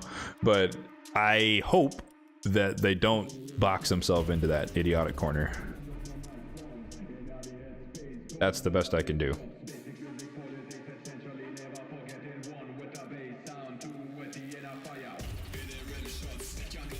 Any more 15s? 15s. Looking for 15s. Actually, we can take this up.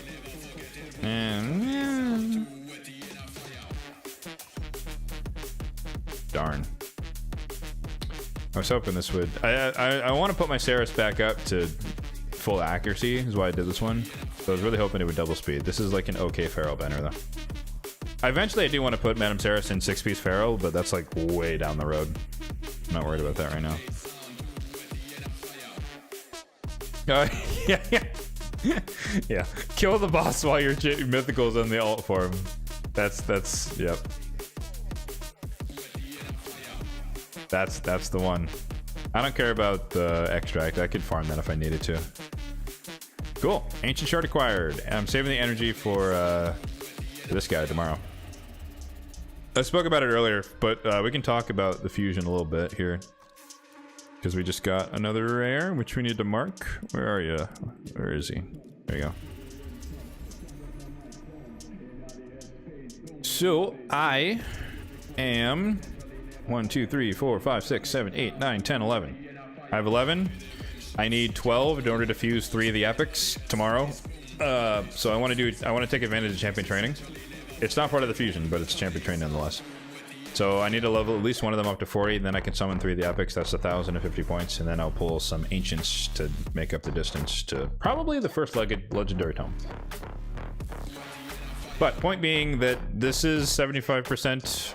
We just got the one from Art Enhancement. I need Fire Knight. Yeah. I need Fire Knight, which ends today, which is perfect. So I can focus like hardcore champion training tomorrow in the morning. So this is nearly done, really. And then I obviously need the one from the champion chase. And then where's the last one? Oh, divers. So what I'm secretly hoping for, we'll see if it happens. Cross your fingers. But I'm hoping that I just get magically lucky and we just pull this guy from our ancient shards. And I don't have to do this. But more likely, I'll just throw a bunch of energy at Spider or something and just wrap it up with divers. But yeah, fusion is coming together. It's coming together. Let's do one Fire Knight run, and then we'll take a look at the Curse City. Because there's some big news to talk about there. Sort of. In the meantime... Whoop. There we go. Back in the corner.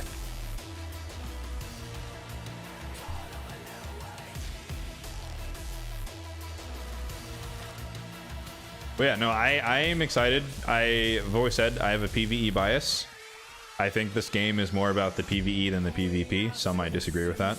In terms of where the game is actually exciting and feels like you're progressing. So a new challenge is a new challenge, and I'm amped to try it and see what it looks like. And more importantly, it's not something that's going to be done day one. Which means there's... I can actually show you after this run, but like, I'm in that state once again where I have no champions to build. So every champion training, I am just making 5 stars, making 5 stars, making 5 stars. And I have no one to 6-star because there's nothing new for me to do. And that's not necessarily a complaint, that's just what's going to happen inevitably, no matter how much you spend, unless you're focusing hardcore on arena. And a new area to build more champions, great. However, more likely, I'm expecting that I'm just going to use the same champions I already have for Faction Wars, or have built for other purposes that are going to be re-geared for whatever requirements we have for Faction Wars.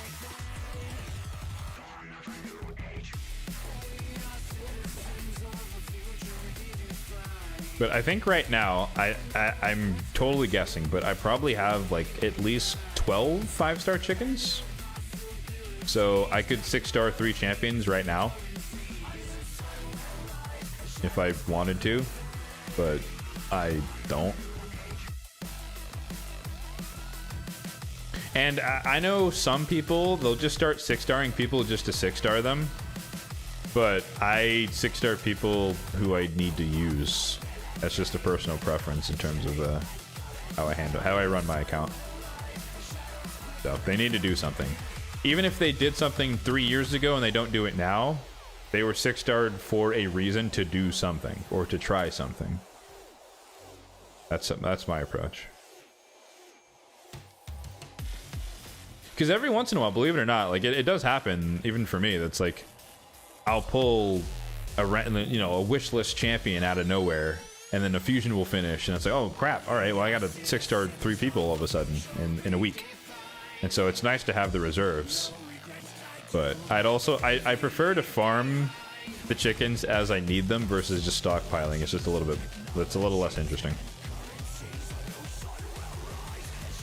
The Cursed City helped a lot, because that was a big. I was basically in the same position where, like, you know, my Hydra teams were set, Demon Lord was set, Doom Tower was set, dungeons were set. Like, there's a little bit of tweaking for hard mode dungeons, but not that much, right? Like, Poison is still Dragon. You know, once Nuke came out, Fire Knight Hard was kind of solved. Ice Golem was like, okay, you switch from Poison to HP Burn. Spider was like, still HP Burn. So I was just like, I have no reason to build champions. Ooh, this is nice.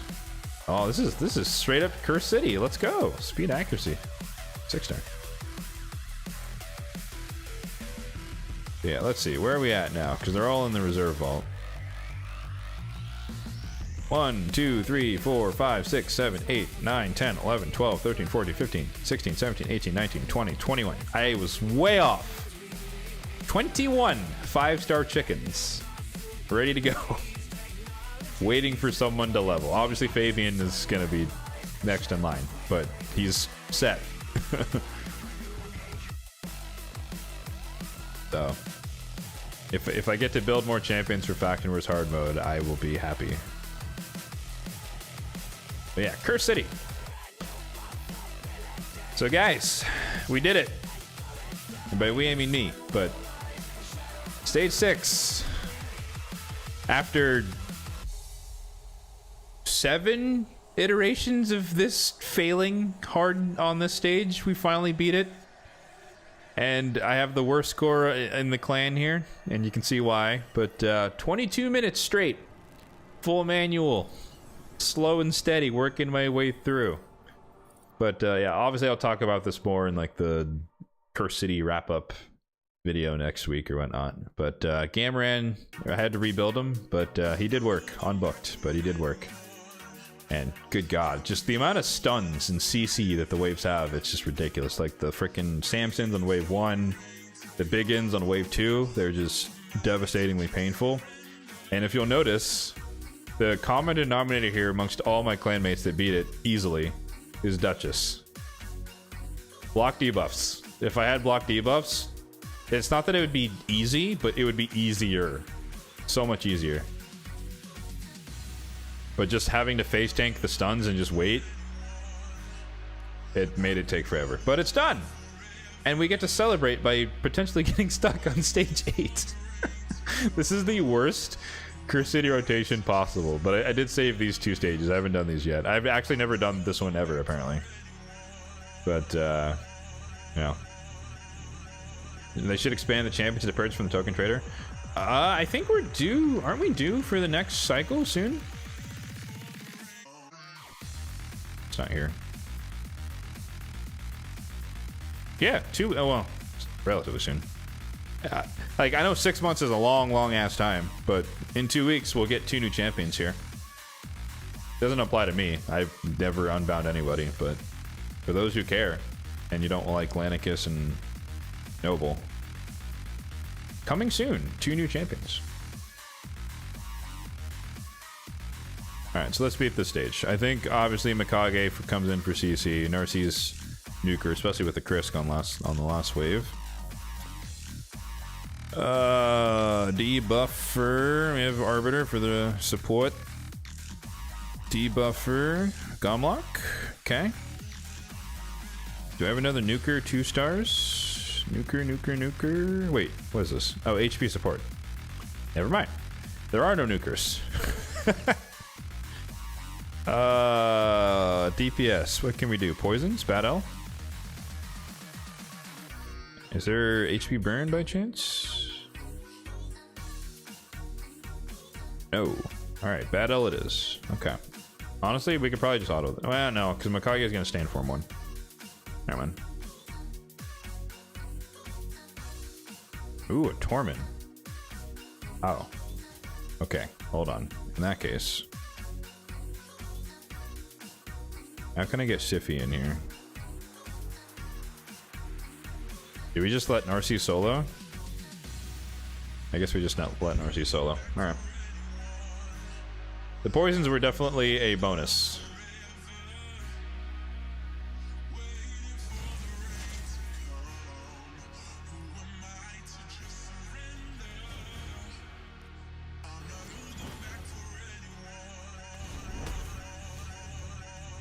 One shot? Close.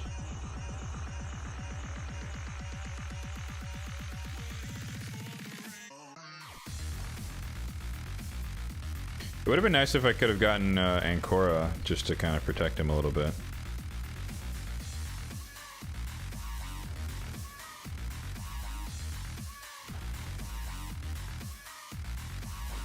Let's kill you. Sleep.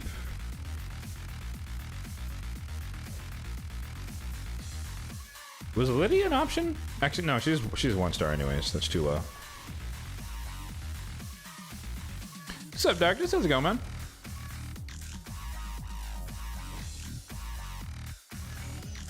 I see. You just show up right at the end of the gear cleanse. See how it is.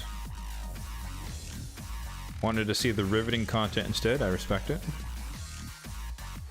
Actually, I probably didn't need to waste that.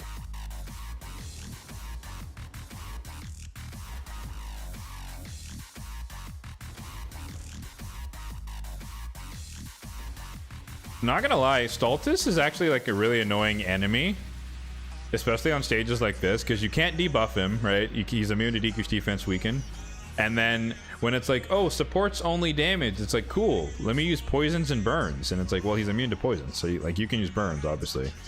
But he's actually one of, in my opinion, he's one of the more annoying mobs, because you just can't deal soft damage to him aside from HP burn. There we go. Cool, I think now we can actually use Arbiter.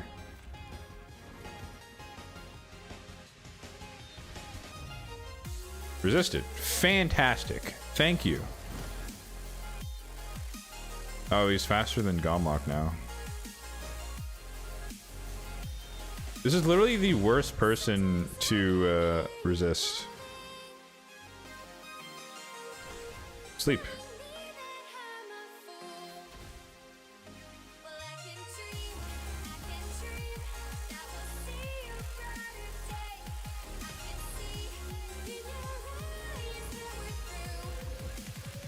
Actually, do I want to leave the shield on?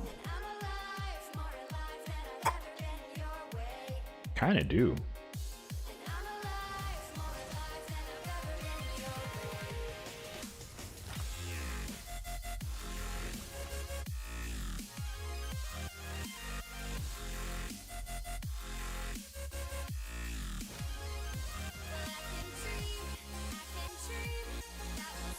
Let's try to prevent him from doing his ally protection. I'm trying to like lap him here so I can get into some of these shields.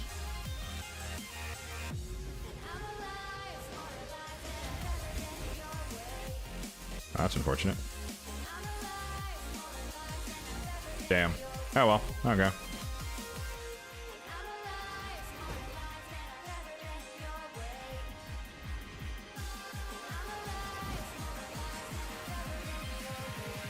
Fine, we'll do this the normal way. I wanted to try and get the double hit into the shield.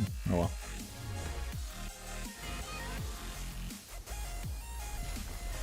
Thank you, Brimstone. Appreciate it.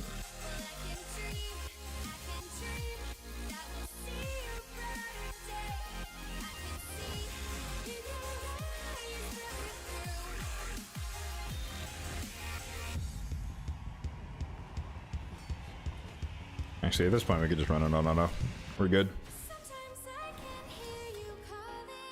Alright, 1 down. Then we gotta do stage 7. And I am not confident in our ability to do stage 8, but we will find out together. I do have Jamarza. She's built up now. We'll see if she can make any effect. I originally was gonna do stage 6 on stream just to try and see if we can do it together, and I was just trying it earlier this morning, and then like the run just started working when I was just trying it out to see what my strategy would be. I was like, wait, I think I can just beat it. And I was like, well, I'm not gonna stop and just like redo it later if I can just beat it now, right? So fortunate. Ah, yes. Cupid is Venus. How can I forget? Please stun. Failure. Okay. Please stun. Failure. And watch her murder everyone but Cupidus. Okay, well, could have been worse.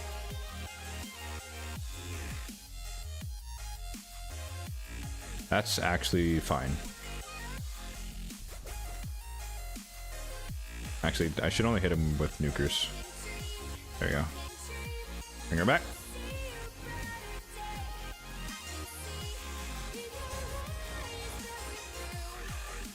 I guess this is like the... Oh, now we want to stun. Fantastic.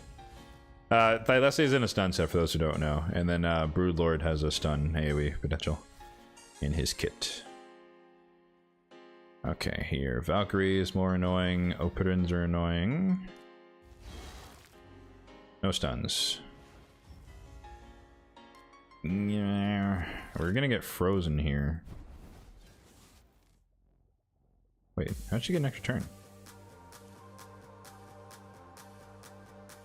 Oh, just 20%.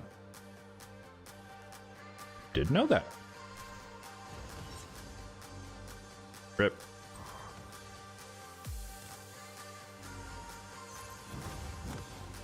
Oh no, that was a massive heal. Damn. All of our damage was undone. What am I doing? He has no counterattack.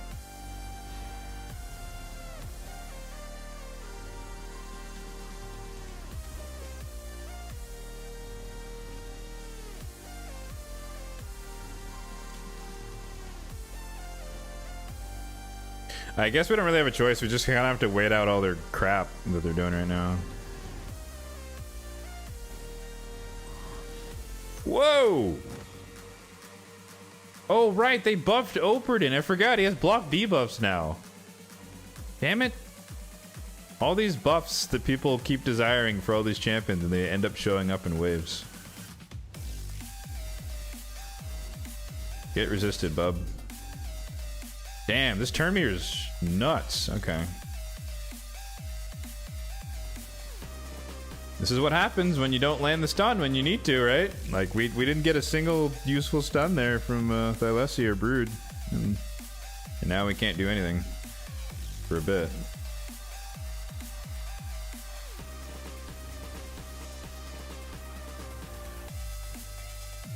We're just waiting. Yield.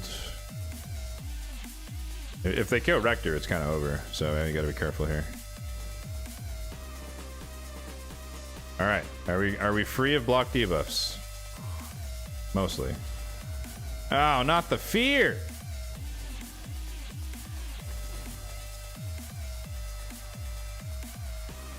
I need Doom Priest to take a turn. Oh my god, they're murdering her. Oh no! Rip. Okay. If he has his cleanse, I think we're kind of screwed here. Don't fear. Yes. Murder! Oh, that's not enough.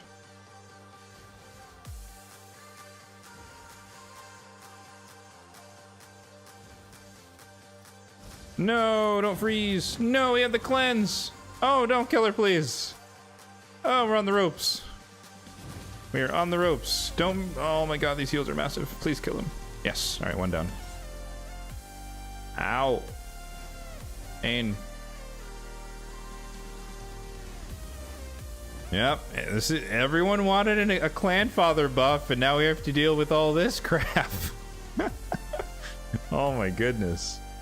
Who do we even... I think we need to kill Valkyrie here. I can't really do anything against the Operdins for now.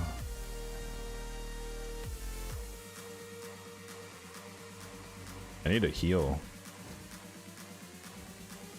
Although she's the worst affinity, huh?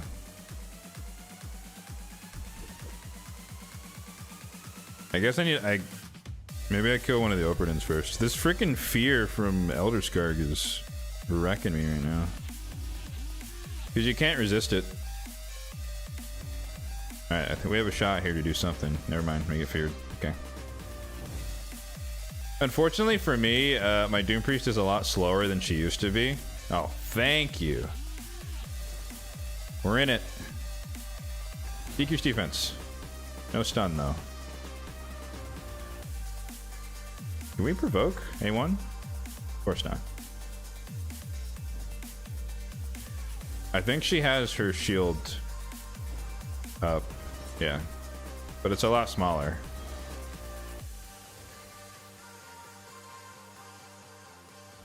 He has his cleanse. So we gotta... Damn it.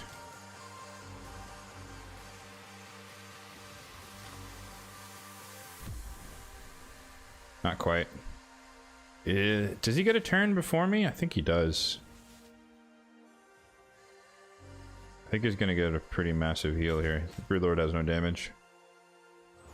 Oh. Ow. Damn, dude.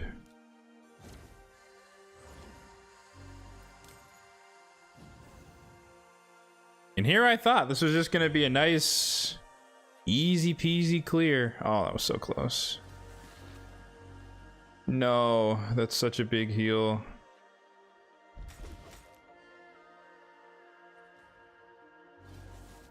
Oh, he's full health. Rip. Undone completely. Okay. The only reason I'm gonna redo this is because we need some, like, we need better starting RNG with the stuns. And maybe we need to save a bit more abilities as well. I guess that works. There we go. That's a great start, actually.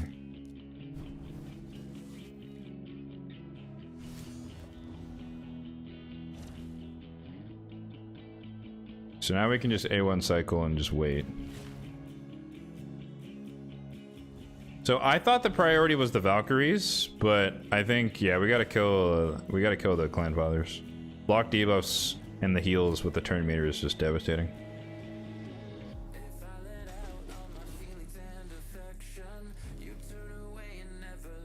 Also, yeah, Broodlord has provoke. He has stun and provoke. He's actually a really good champion for Curse City, if you guys didn't know.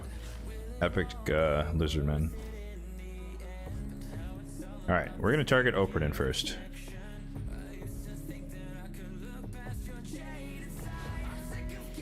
No stuns. That'll work. Your Carl should die. Yep, alright, nukers are gone. That's way better. He's gonna cleanse, but that's fine.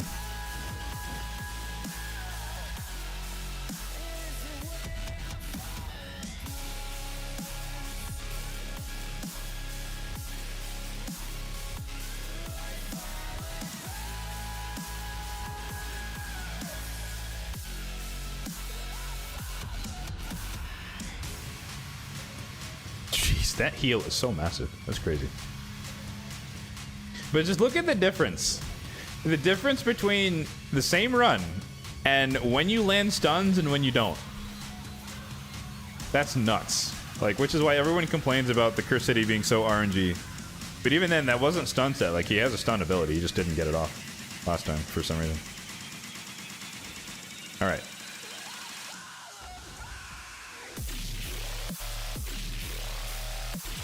Don't want her to die. Damn, weak hits.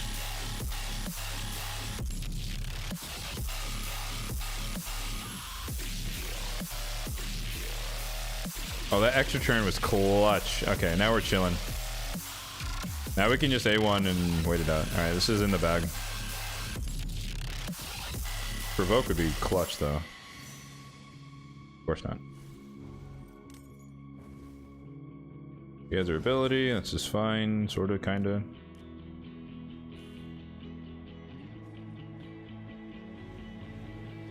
Man, do I wish there was like I wish there were more champions you could remove buffs on their A1s. I want to boost her turn meter so that she can get more turns and get rid of the counterattack.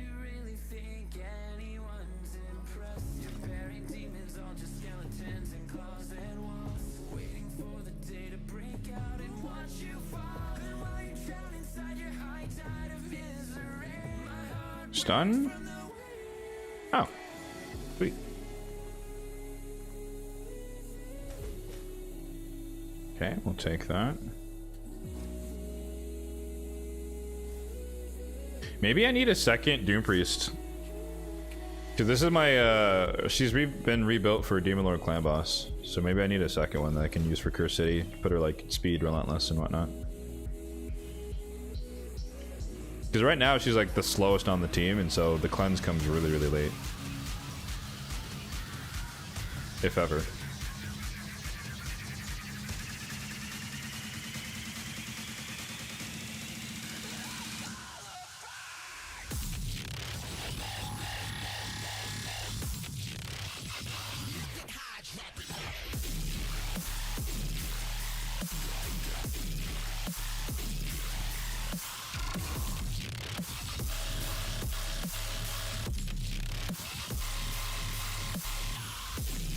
Oh, she put the buff on her.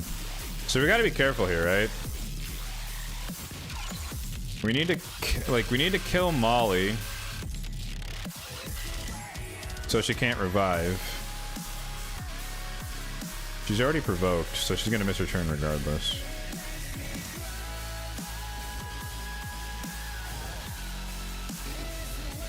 Ah, I forgot about the Trunda buff too. She can stun.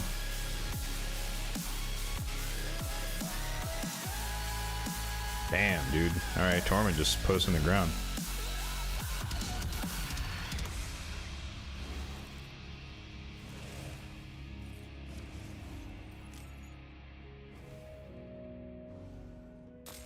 Like, essentially, I need to kill, Molly and Trunda, like, within a turn of each other. Because one of them needs to proc Goffred's passive, and the other one needs to not be revived. Please stun. Beautiful. It's a shame everyone's dead. This is fine.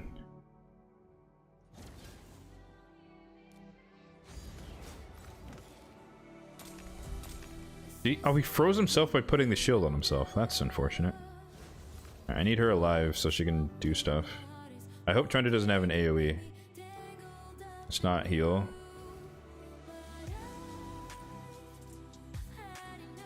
If we can proc, yeah, I was like, if we can proc the passive right here, this is good. So we procced it, and we kill her, and then actually this is bad because she's gonna get revived, unless perfect. Okay.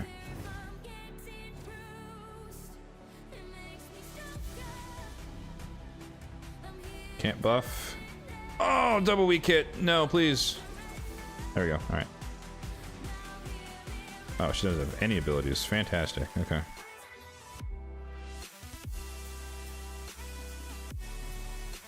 Oh, we love Tormund. We love Tormund.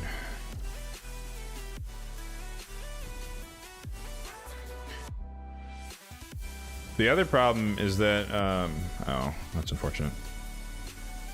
The other problem is that Goffred's passive might come back soon. I don't know when, but after a certain amount of turns, it'll come back off cooldown, so we gotta kill him. Perfect. That was kind of pointless, to be honest.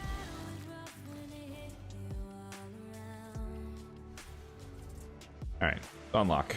Success. And live arena is open. Cool. So I think I'll give like a couple of goes to stage 8. Because I'm anticipating that it's not going to work right out of the gate. And then we'll switch over to that. If we can land a provoke, that'd be pretty handy. Okay. Cool.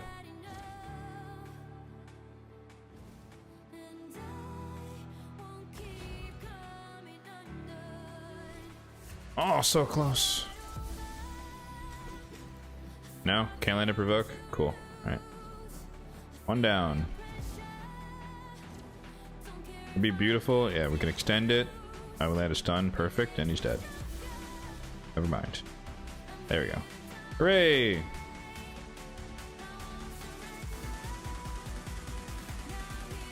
Alright, so this is the team that I'm thinking. We got HP burn. We got double revive because there's a Lydia. We got provoke set on what's his name? Sentinel. Spiders are debuffer, decrease attack as well as decrease defense and weaken, and then we have the full AoE revive. And then the buff strip if needed. And I've seen somewhat similar teams work for some of my clanmates, but this is a really, really, really annoying wave 1. I honestly wanted to land a few more things than that. I can save this. It'd be dope if she had enough accuracy to land the sleep, but I don't think she does. At the very least, we landed decrease attack on Queen Ava, so that's a little less worrisome. The big problem here is that we could get frozen by one of the rays, or both of the rays. Yeah, okay.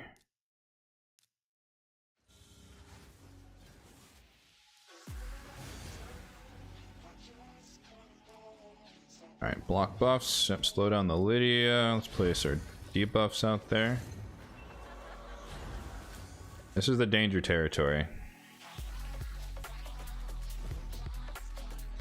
So essentially, if Queen Ava gets another turn, we're dead. So, yeah, I was like, we need to land this provoke. Let's bait out the Lydia passive. Blocked.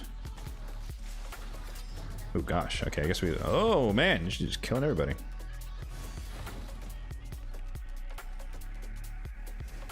Alright. Oh no! Oh, that's the worst thing that could have happened. We just come back straight into a rook. Alright, we're dead. Yep.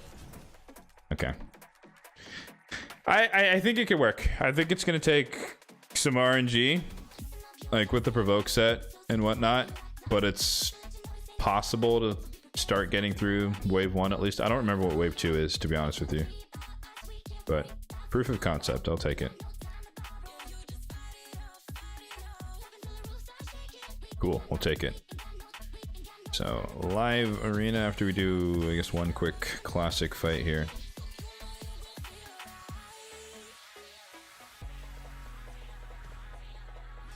Ooh, Scratch put out a video on Empress. I want to watch that later. But yeah, as I mentioned earlier a couple times, but I do have a hard out at 1 p.m. here, so 53 minutes from now. Do have a tattoo appointment to go to, so we're not going to be... It's going to be a shorter stream, even though 3 hours is still pretty long. But and then Marius missions, I wanted to mention that earlier. Unfortunately, I have to wait until tonight after reset to do this mission before I can grind the 30 wins. I was hoping to do that on this stream, like not get 30 wins, obviously that's ridiculous, but like at least make some headway. So tentatively, I might do a bonus stream in the middle of the week or something, just throw in like a bunch of Curse City refills at Live Arena and see what we can do. It's not going to be one day for sure to get 30 wins, but just to see if we can make some progress, knock that out by next weekend. But yeah, halfway on page 3 to Marius, if anyone's curious. That's where things stand. So I think I'm still like a good month and a half out, but it really, really depends. But anyways, Arena, let's get into it. I think we're gonna do 10 fights, 10 fights. So just the free set and the free refill, again, for the sake of time, mostly. But yeah, place your bets in the chat. How many wins out of 10 do you think we're gonna get? And bear in mind that I am not a user of Stone Skin, nor a user of Polymorph. So if that affects your decision and biases it for the negative, that is totally fair. Kage Arbiter. Okay, this guy's awake. He's picking fast. He has a plan. So that means we respond with the Siphi, obviously. And I'm just gonna snag the Harima. And I want to see what he does. And Cora Narcisse. Okay, that's good for me, believe it or not, because Harima counters Narcisse. But he's going to be thinking twice about banning... Well, you know, he has to ban Armage. Never mind. I could ban Arbiter here. He has the speed lead. He has CC. So if we don't go first and block debuffs with Siphi, we're in a bad spot. However, that means I can use Galathir.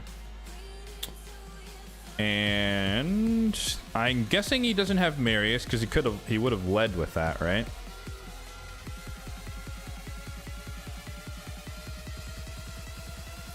I think this is a good Wukong game.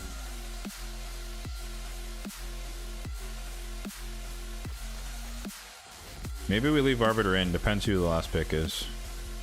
No one has shields, so I'm not worried about the double hit from Narcisse. Harima passive counters. He needs a nuker. What are we doing here, bud? He was so quick on the other picks. You don't know who your fifth guy is? I could have picked Nice as well, but I wanted the Speed Aura, because I know we're losing Armons. And then he stole my other two Speed Auras. I was going to use Arbiter and or Rotos. Interesting. Am I afraid of a Rotos? What does a Rotos tell me? Rotos tells me that he's considering banning Harima, or he just wants to face tank two Force Champions and take his chances. Which means that it would behoove of me to get rid of the Arbiter, especially with the 6-star Aura. And see if we can just go first here. However... Oh, okay, yeah. He's afraid of Galathir. If he's afraid of Galathir, maybe he's not sitting in a bunch of Stone Skin, which is good for us. I think I might go first here. We'll see. Like, Mikage could be super fast, and he has a weaker speed aura, but she could be faster. Yeah, he doesn't have Stone Skin. Okay. Alright, she transfers forms, we get stunned. Not much we can do about that. But we can't die in one hit.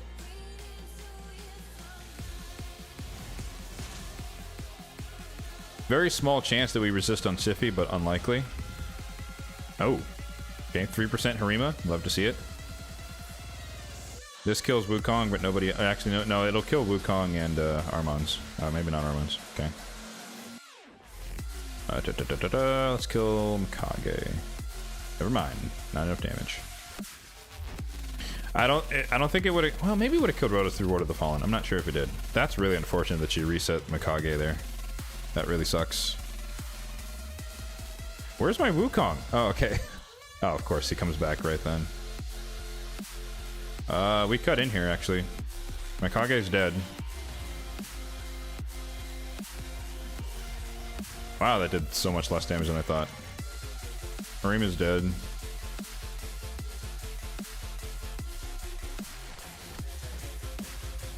Never mind. Where's my Resurgent proc, bruh? Weak hit, please. Weak hit. Oh. She gets slept. GG's. Yeah, we lost to the Ancora there. The reset on the stun. Siphi never got a turn. Oh well. Bummer. So, yeah, so he was betting that he was faster even with a banned Arbiter. I respect the confidence. 0-1.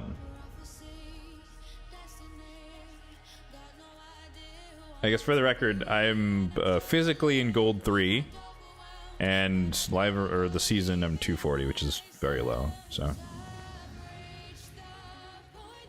this dude is in gold 3 as well, at least. And he looks real, doesn't look like a bot. Mikage, okay.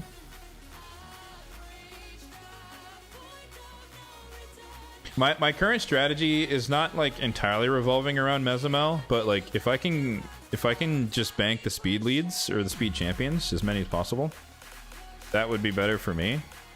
And then I'm gonna take Ancora Narcisse this time. But if I can use Mezamel, I will. But obviously not into Magic Champions. But I like to have the threat of the block revive. Okay, so he's gonna go first. That's unavoidable at this point. because he has double speed aura or triple speed aura. And the Mikage is gonna outspeed me most likely, even if, and I most likely lose Arbiter here. That's to be expected.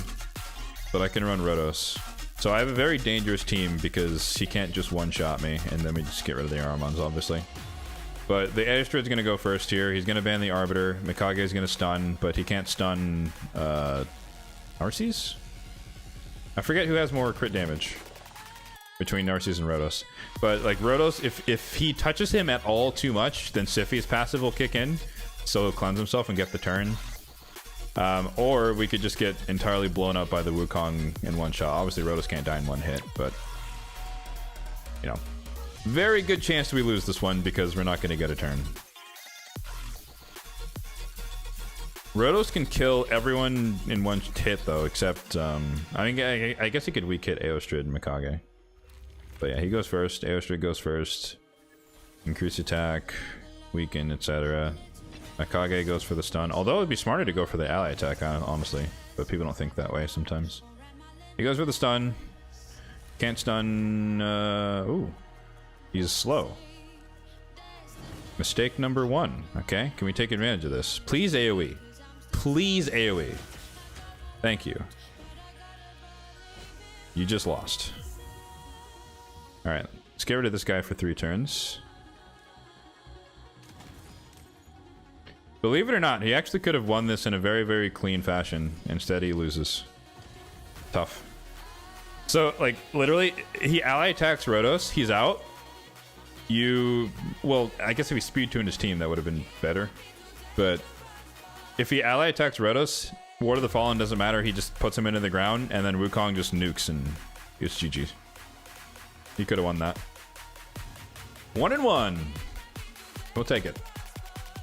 We get the 1 win for the day out of the way early, at least. Panda, 1907, with Russian characters.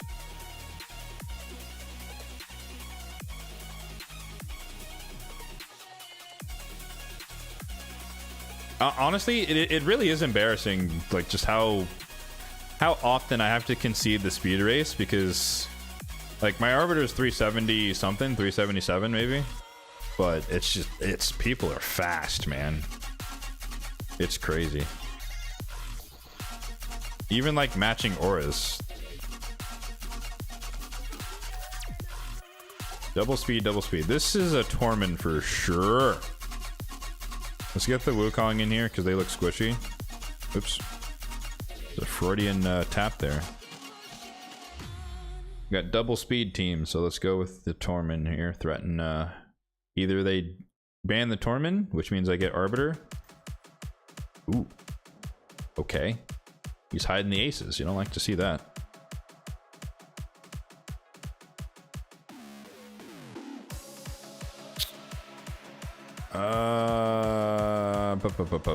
What do we do here? I think this is another Rotos game. I'm not afraid of Aphidus, but I'm not sure if that's valid.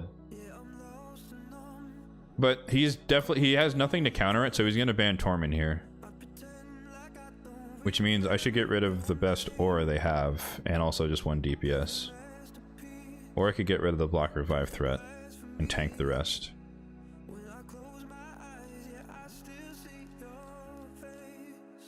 But if he bombs everybody, we kind of just lose.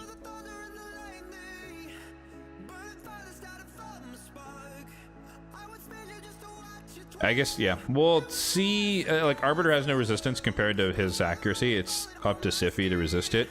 And or Rotos can cleanse himself. That's the other thing that we have. Wukong just comes back to life. It really depends if I'm underestimating Aphidus's buffed damage on Form 1. But he also has CC on Form 2, so that could be detrimental. I suspected Stone Skin on the Shazar, which is very lazy, but it's to be expected. If he's smart here, he would not turn me. Okay, nope, alright.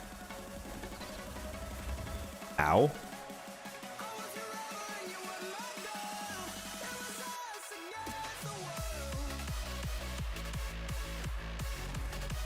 Now the problem here is that Siffi's dead. No matter what, he's just gonna kill her with damage. And we lose. Bummer.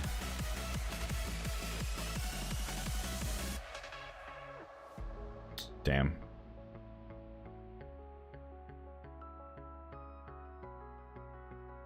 Yeah, I thought we could tank the bombs, but Aphidus did a lot more damage than I expected there. Is he attack based in Form 1? Alright. That's a data point. Buffed Aphidus hurts. So maybe we should have banned Shazar. And then then I lose Wukong, right? With the block revive. I think she's probably in Stone Skin as well. So it's kind of Stone Skin for Stone Skin, right? 1 and 2.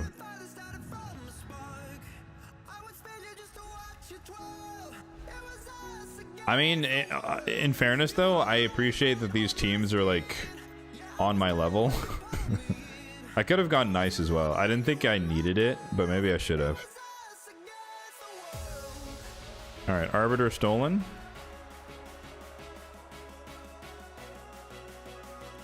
So let's go Ancora Siffi, and we'll hide the Galathyr for now.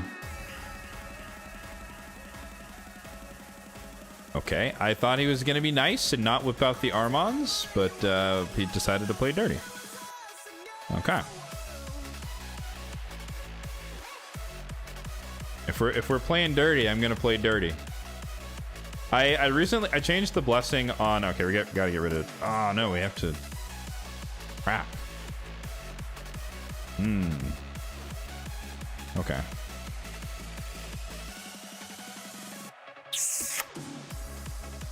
Bombs are bad.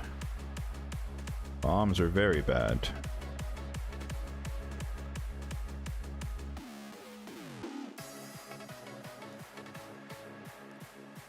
Oh, Harima.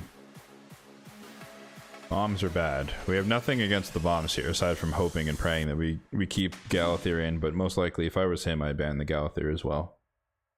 So I don't think... The other option is we tank the Armons, which is dangerous, and we try and fight the Thor. I think we might have to go that route. Ah, he banned Siffi, not Galathyr. Damn it. Okay, I could have taken my chances. Okay. Well, now it's well, no, he's gonna have increased resistance on Armons. So we have to hope and pray for weak hits.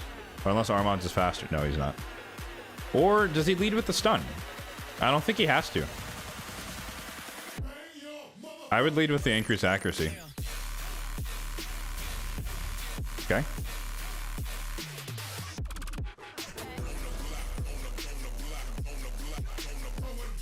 Sheep Harima? Or sheep... Nice? No, he's waiting.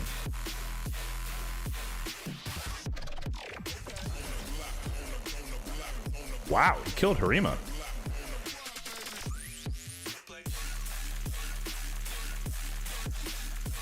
Let's bring her back.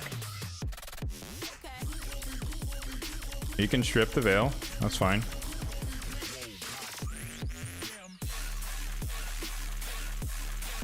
I'd really like to cut in here. He's gonna sheep someone. Does he sheep Ancora? I don't know what he does. Oh, protection set Mikage. Weird. Why would you use her in arena?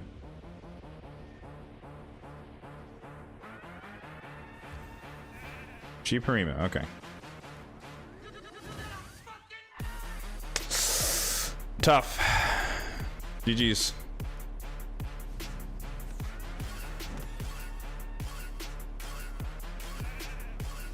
Reaction on Nice saved him there. If anyone was wondering why he didn't die to Thor. Nope, can't sleep her. This is the part where you leave, sir. Or unless are we playing this out? I guess we're playing this out.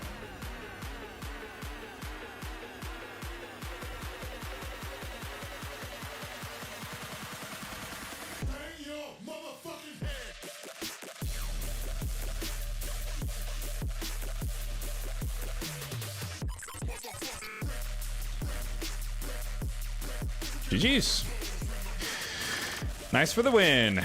Okay, I made the right call. I was like, based on the comp, like, he, I mean, he didn't do it, but he could have led with the increased accuracy into the Armons to give him a higher chance to actually stun us, and then we would have been SOL, especially with the bombs, the increased accuracy.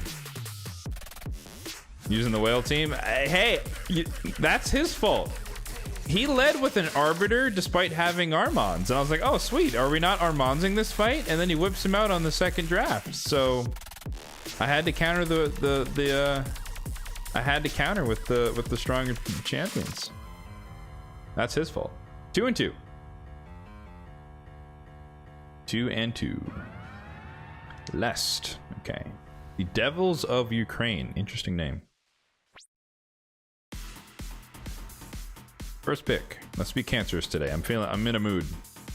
I'm in a mood. Also, like, part of me doesn't want to do live arena until I have Fabian, but I'm not gonna have him built until like Tuesday, Tuesday, Wednesday CVC. Because I do plan to cannibalize some of Armand's gear for Fabian. All right, he stole Arbiter. That's fine. There's a Wukong, so we want to bank the Harima. Let's get the Sify in there.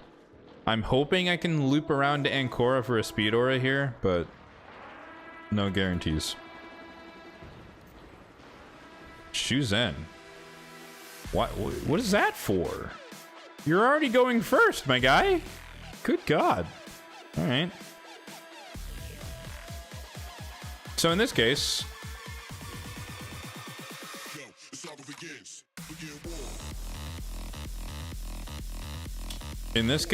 honestly, I can go Torment. And then I'm free to ban a DPS. Let him go first. If he gives the instant turn, they have a chance to get frozen. And then he has to choose between the Armons and the Torment.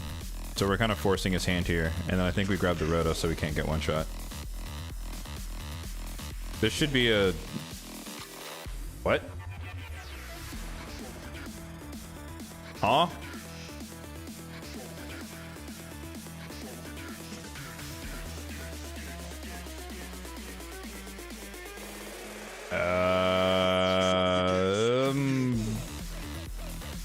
Is there something I don't know about Seer in Arena?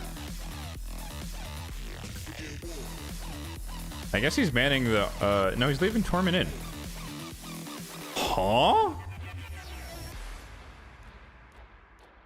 Anybody have any, am I missing something here?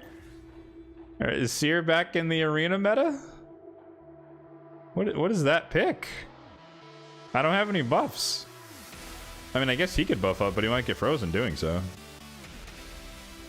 And Rose can't die in one shot. Alright, Chuzen's gone. Alright. What do you do here? You sheep Harima?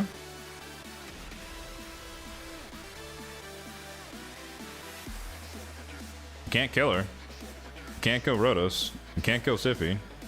And Torment has reaction. He doesn't know that, but... Okay, you can't kill those. If he does this, Rotos doesn't die.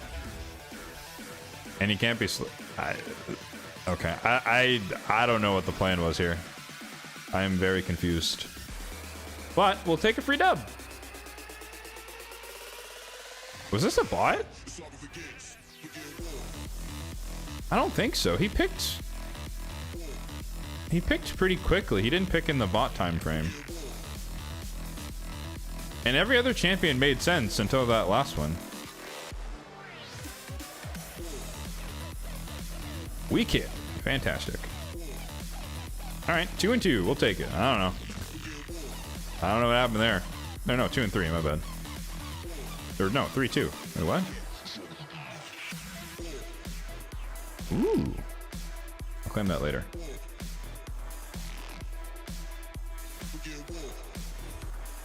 I guess we're just speed running live arena today. These are very fast matches. But yeah, I'm looking forward to using Fabian sometime next week. Maybe I'll do the bonus stream like Wednesday night or something. Like, it'll be during CVC, so I guess I'll get points credit for that. Fabian presumably will be built by then.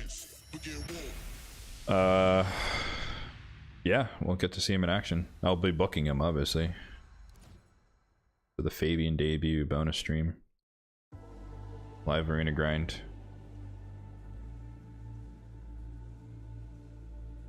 Lee Khan, Marius. Ah, okay. We're in the big leagues now. We're in the first pick Marius category. So I can't let him get Armands and Marius, so unfortunately we're gonna have to whip out the Marius here. But we're gonna float the Siffy. We're floating the Siffy because I want to bank 2 speed auras here. You chose to build him now? Yeah, so it depends, right? In my... let's do this. In my particular case, I didn't do the summon... I didn't get the epic from the summon rush, so I don't have him. Like, I still need to finish the Fire Knight, Dungeon Divers, Champion Chase, all that stuff. So I can't have him now. It's not that I'm choosing not to.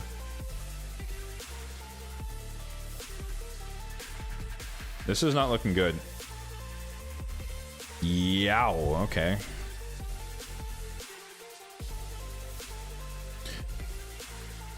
Although... Oh, he's trying to do some counterattack bullshit with Marius. Alright, let's get rid of the Marius then. And then we go Rotos. We can win this. Nah, we're not. Like, lock me out, dude. I don't care. I think I can survive long enough against a Wukong, though. Oh, he's greedy. Getting rid of the Arbiter, not the... I mean, he's gonna go first, I think. I think he has a better speed aura, intimidating presence. I guess he got rid of mine. He goes first. He can boost turn meter, but he doesn't have Marius. And we're gonna get locked out, which is unavoidable. But the good thing about Rotos is that, like, all it takes is one A1, and he's, like, back in the fight. Like, if he gets an extra turn, obviously. He can't kill anyone. He can try to kill Siffy. It's not gonna happen.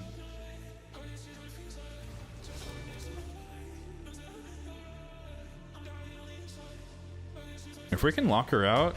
Of course not.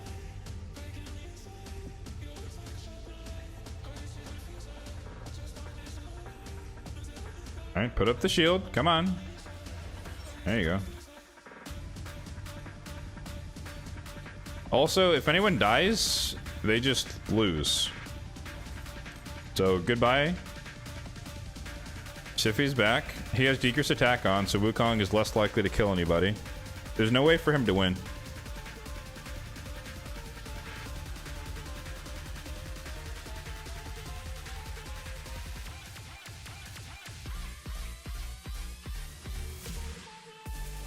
This is like a slow-moving train. Inevitable loss. Oh, right, he reset. Why did he re-sheep her? What does that do?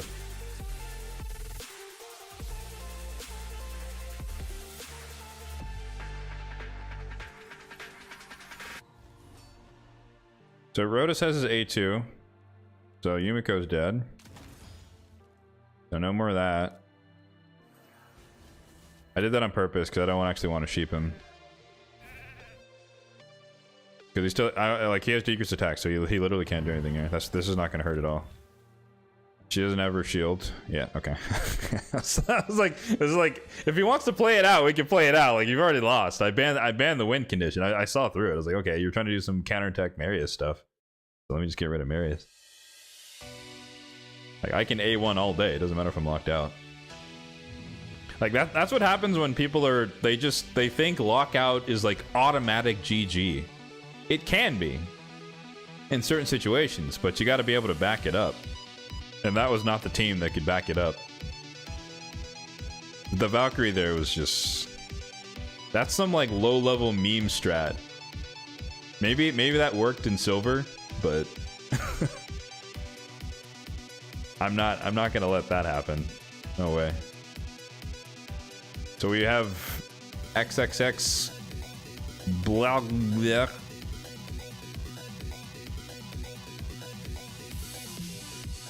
Everyone's picking Wukong today, so I guess we're just gonna keep running Harima to counter his E2.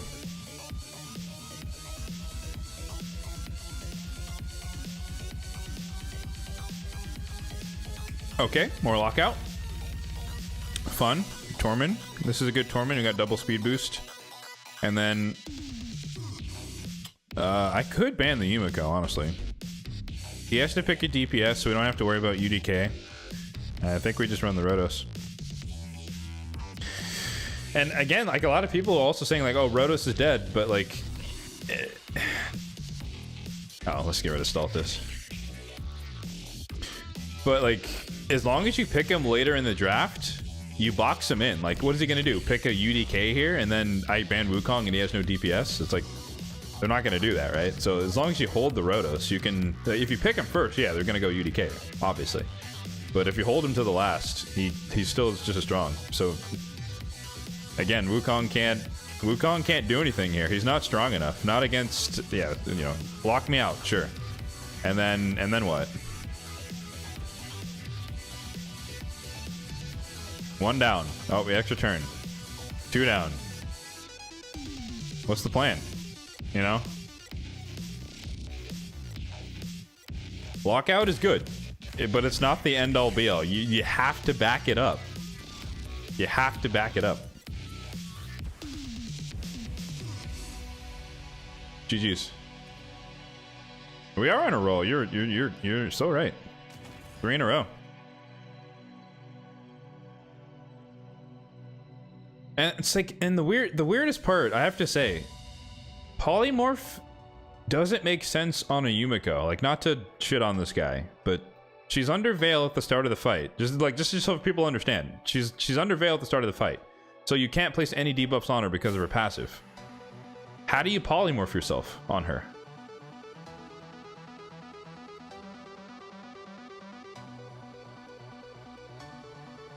Like, and assuming you get locked out as well, like, you don't have your abilities, so your A1 has to be an AoE because you can't attack her because she's under a Veil, but she's immune to debuffs when she's under Veil for 2 turns. Like, what are you, what are you doing? You know, that's never gonna happen.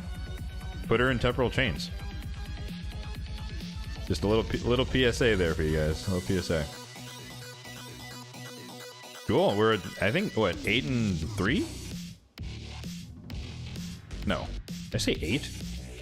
We're at 5-3. 8 together.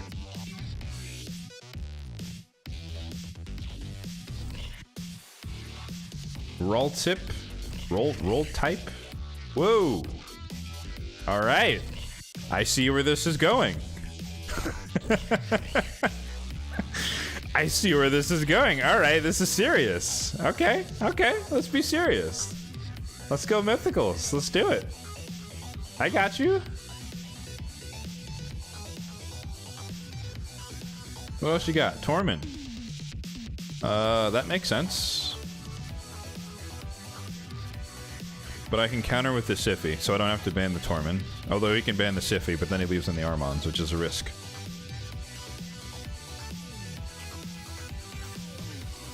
He needs a DPS unless he's running a DPS Torment. Unlikely. I could go Rotos, I could go Nice here. I think we need to go a little bit more serious.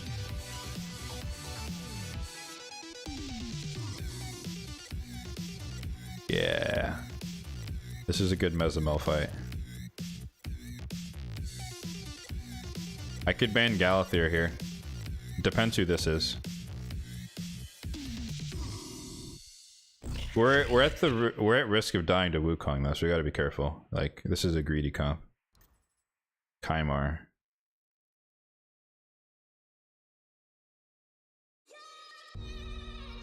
What?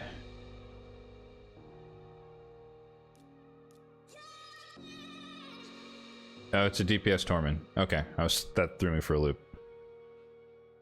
I'm less afraid of a DPS Torment than a Wukong, to be honest with you. He has a speed aura no matter what. I think he bans the arm. No, he bans the block. Oh, interesting. Okay. I don't think I go first here. But if/when he is under Stone Skin, depending on their turn order, we might just burn it all off before they even go. Unless we get cheaped, which is totally possible. Oh, now we go first. Okay. Calling his bluff here. That's fine.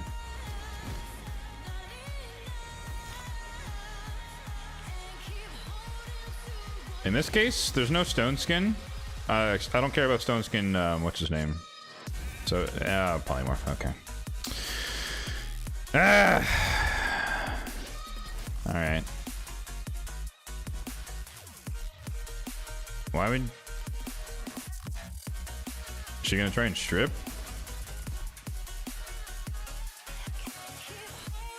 Okay. Cleanse? No. He wants to lock me out.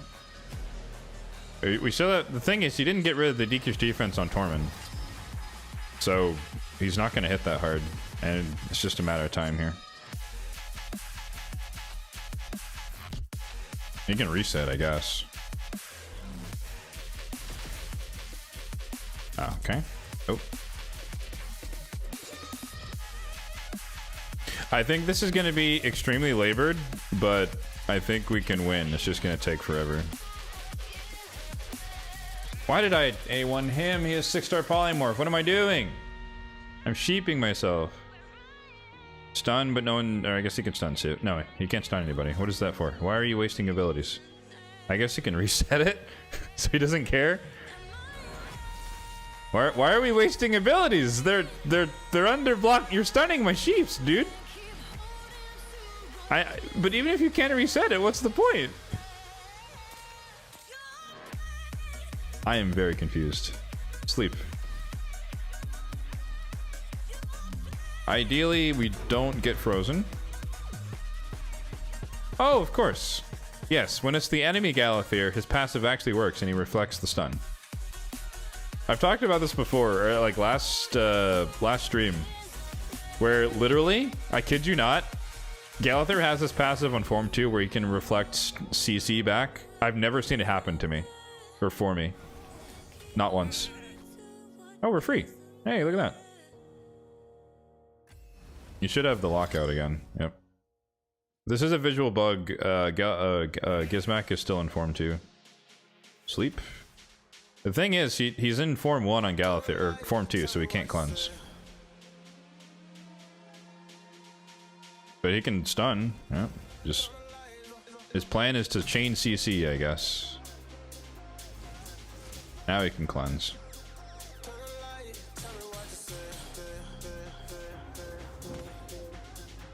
So the funny thing about this is that all of them have CC. You have sleep, stun. But he has an AoE on the A1, so this will wake us up. Yes! No, he has provoked though. Oh, Nikus actually were provoked.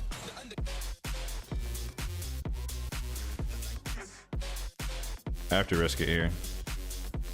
And hope that Sify just frees us, that's the only chance. If we weren't provoked, damn. I need Armons to get another turn so I can sheep Tormund. Or maybe no, sheep Mikage actually.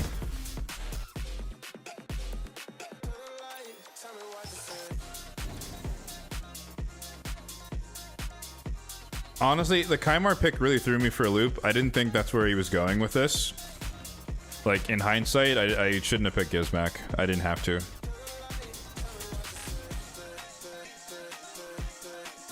He can change forms again, yep.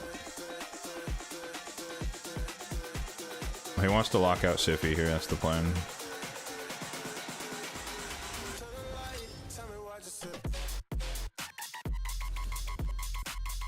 Oh, in 5 years, maybe we'll get to do an ability here.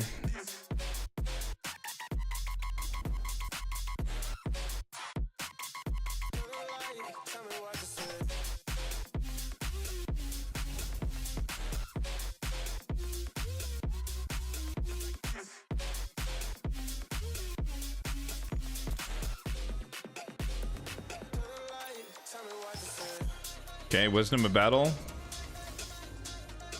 Saving us for a little bit.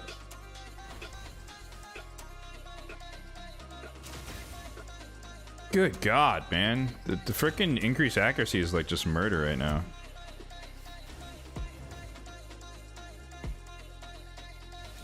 This turn doesn't matter because we don't have anything useful. She has her, is she in like reflex? Like what is this? We get stunned. Oh, okay, maybe it cooled down the other ability. He has sleep or reset. I think he has reset, yep. I think we lose, guys. Unless Torment A1s and wakes me up on purpose.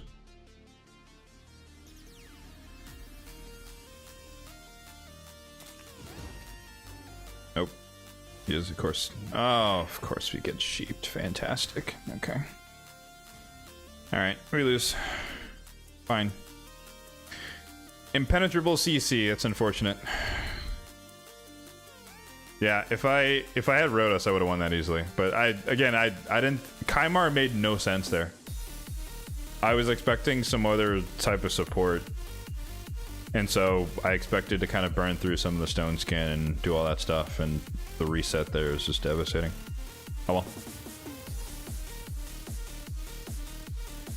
Yeah, I mean Rhodos would have. I would have won 100%. Like Torment would have been a problem. Oh well. Live and learn. I mean, polymorph really fucked me, right? Like that. Otherwise, I would have like blown up something at the start, and then we just never recovered from the polymorph. I thought about banning Torment just because of that, but I wanted to run the Siffy, and she literally got one turn to do block debuffs, and then never got it again. You're expecting DPS? So was I. Yeah, I expected another DPS, but that told me that it was a DPS Torment. Otherwise, I mean, it worked. So, you know what? I didn't think he was gonna ban Mezamel. That was surprising as well, because if I got a turn with her, then I would have just killed the Torment, block revive, GG's, and then I could have dealt with the rest. But having quadruple CC was just devastating. Or I could have killed Mikage, either one. I don't know which one I would have killed. Torment, okay. That's an odd first pick. That's a very odd first pick. Why would you lead with a Torment? You're just showing your hand. So I'll counter with the Reviver Cleansers. So he knows now that Torment's moot, no matter what. Which means I'm free to ban Arbiter at the moment to get rid of that 6-star intimidating presence. You gotta show half of his hand here with the DPS. This is a gold 2 player, I think. 3,700. I think that's gold 2. Alright, that might be like bottom of gold 3 actually. Taking our time here. You can't come in here with the fast rebuttal with the Arbiter Torment. Like, you have a plan, right? Like, that's... First picking Torment means you have a plan. Right? You would think so. Kodo Forsaken, appreciate the follow. What? What is going on today? Why? This is the second Valkyrie I've seen today. What's happening?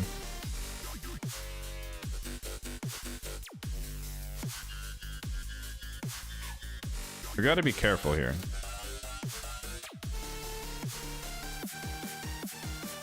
Can you show your best attack nuker afterward? I believe that would be Rhodos at the moment. But yeah, we could do that. Where's the DPS? Is this a bot?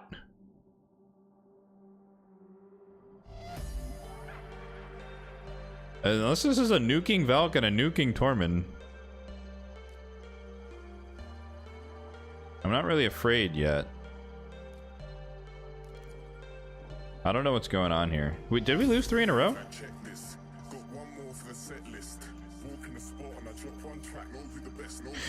I have done that to someone. I have done that. They usually don't let me though. It's also a gamble because Torment's not a DPS for me, and that leaves them to ban. Like I have to have Armons or something to make that work to kind of put them under pressure. But they usually ban the Torment at that point and try to outspeed the Armons. But yeah, I've done that before. What is this team, dude?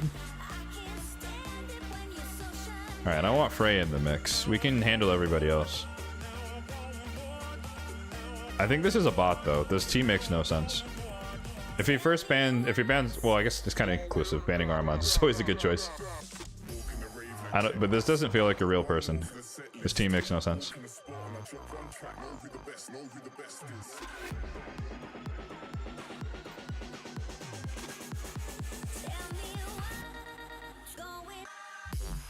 Yeah, I mean, Mezamel's Mezamel's up and coming is one of my highest, but she doesn't have the highest attack. If you're but like Rhodas is in my best merciless gear. Who's in my best savage gear attack based? It might be Fenax. I'll see between Fenax and Wukong, but like the base stats of a legendary might be boosting Wukong over him. Or we can look at all three. So Fenax, Mezamel, and Wukong would be my top attack base nukers.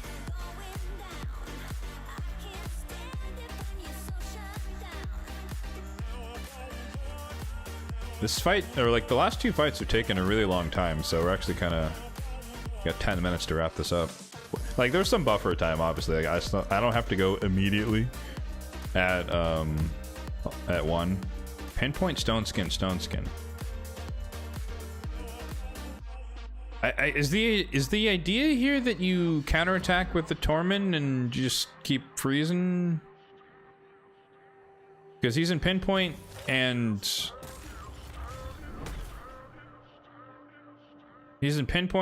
Stone Skin, which means he's not in stun. Is this a nuking Valkyrie in Stone Skin? Did she kill Sify here?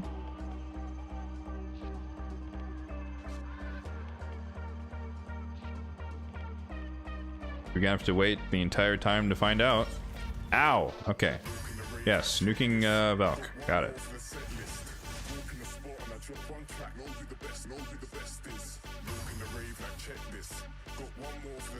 Wait.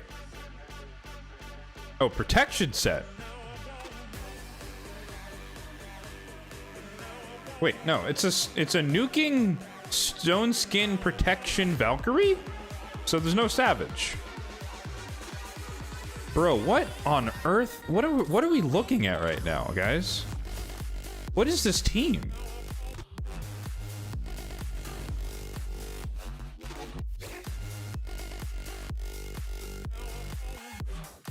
All right, no revive. Good night. At least we got through the shield. I was like, she's gonna have a lot of defense. If we can free up, or if we can revive Sify, then at least Rhodos is immune from debuffs, but this is gonna hurt. Oh, I thought she was gonna go for Rhodos. Never mind. Aha! Chainbreaker for the win! Ah! I was gonna mention that earlier, but I switched my blessing on Nice to Chainbreaker specifically for that. So if he's CC'd, he can just free himself. Do I really want to take an A1 here? I do not. I would rather risk getting... Actually, we could just remove the counterattack from Torment. That's fine. This is also a protection set, Mikage.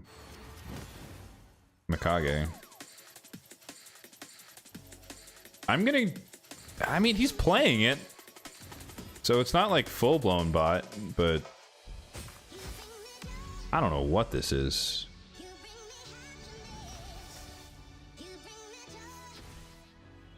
Why did I stun the frozen target? Okay. Alright, one more fight. I think we're... 1, 2, 3. 3 losses still. So this could be like my best day ever? 8 and or 7 and 3 potentially? Did I just jinx it? Oh god. Okay, he's in gold 4. All right. Well, we deserve this. We went on a hot streak. GG's. Armons doesn't tell me anything. All right, counter with the speed. What's your real plan, sir? Yeah. Okay. I see where this is going. This is all good. All good here.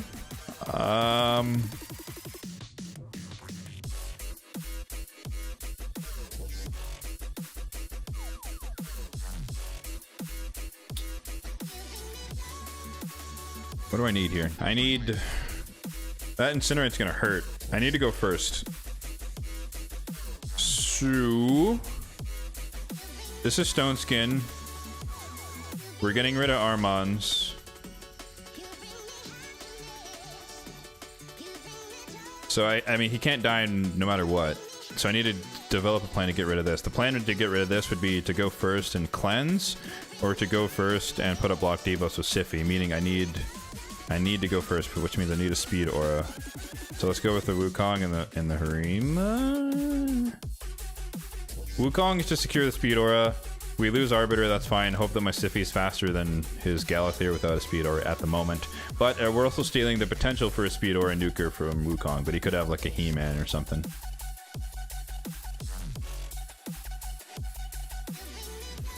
Hey Kat, what's up man? How's it going, Biz? Marius and Frolners. Damn. Okay, I was gonna try and hide the nice, but we can't run nice into Marius, unfortunately.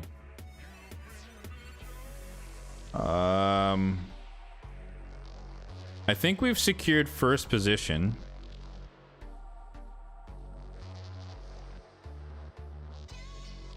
Is it time? I think it's time. Who does he ban? I don't have a choice here, but he has a choice because he doesn't have another speed aura. But this could also be an example of like a Kraken person who's just way better gear, and his Galathir could be faster than me with all my auras and whatnot.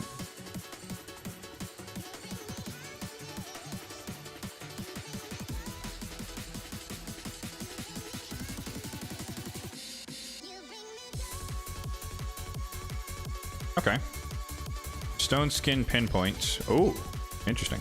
That is a supersonic Frolners. Alright, good night. The problem here is that Galathir just destroys this. And there's not much I can do about it. Especially if, yeah, burns on everybody. Alright, GG's. Oh well. We got Krakened. It's all good. Tough. 6-4. Not a bad day. I'll take it. And more importantly, we hit 2,000 crests, so I can finally max out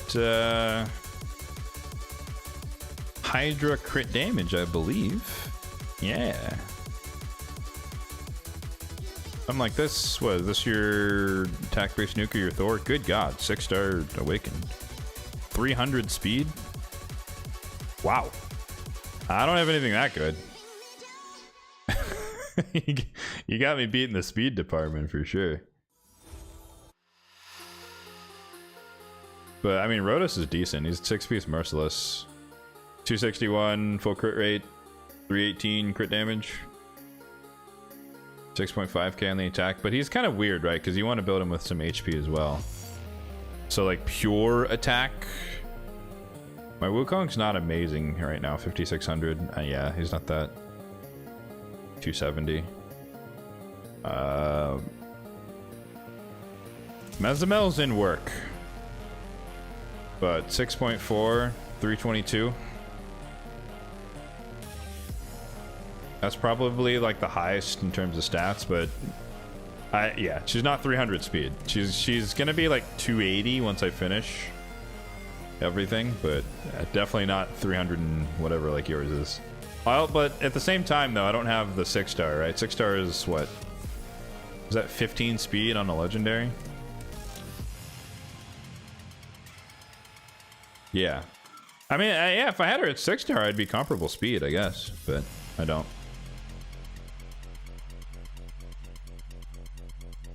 Yep. Well, we finished just in time.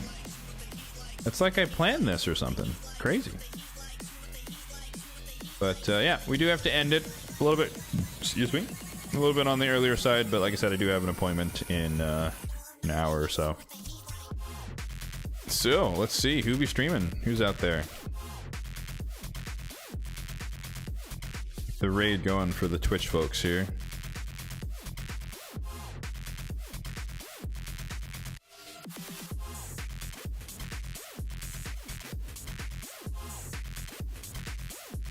Let's look.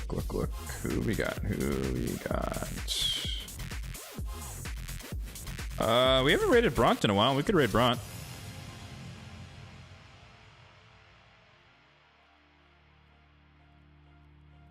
Yeah, let's do it.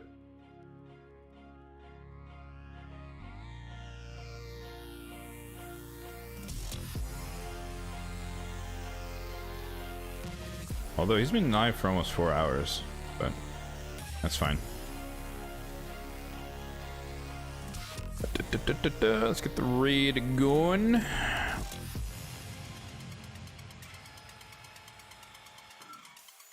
Where'd he go? There it is. Alright, raid is started. But yeah, as always, guys, appreciate you all hanging out. It's always fun to do these weekly streams now. For those who don't know, yeah, streams are now weekly. So if you wanted to see more of me, you don't have a choice. It's every single week now. For those of you watching via Twitch, I do indeed create YouTube content as well, and game free to play, showing you what is possible despite not spending any money in the game. And obviously, if you're watching via YouTube, hopefully you know that there is a associated YouTube channel. If you don't, there you go. But yeah, feel free, no pressure, check it out, see if you enjoy the content on there. But I think the next video is going to be, I guess, whatever happens from my shard pulls tomorrow from the champion chase, 2x ancients in my case. So looking forward to that. But yeah, as always, appreciate you guys hanging out, and I'll catch you all next weekend. But there might also be a bonus stream midweek for some live arena shenanigans, so we'll see. I'll let you guys know. Post on my community tab page. So thanks again for watching, and see you next time.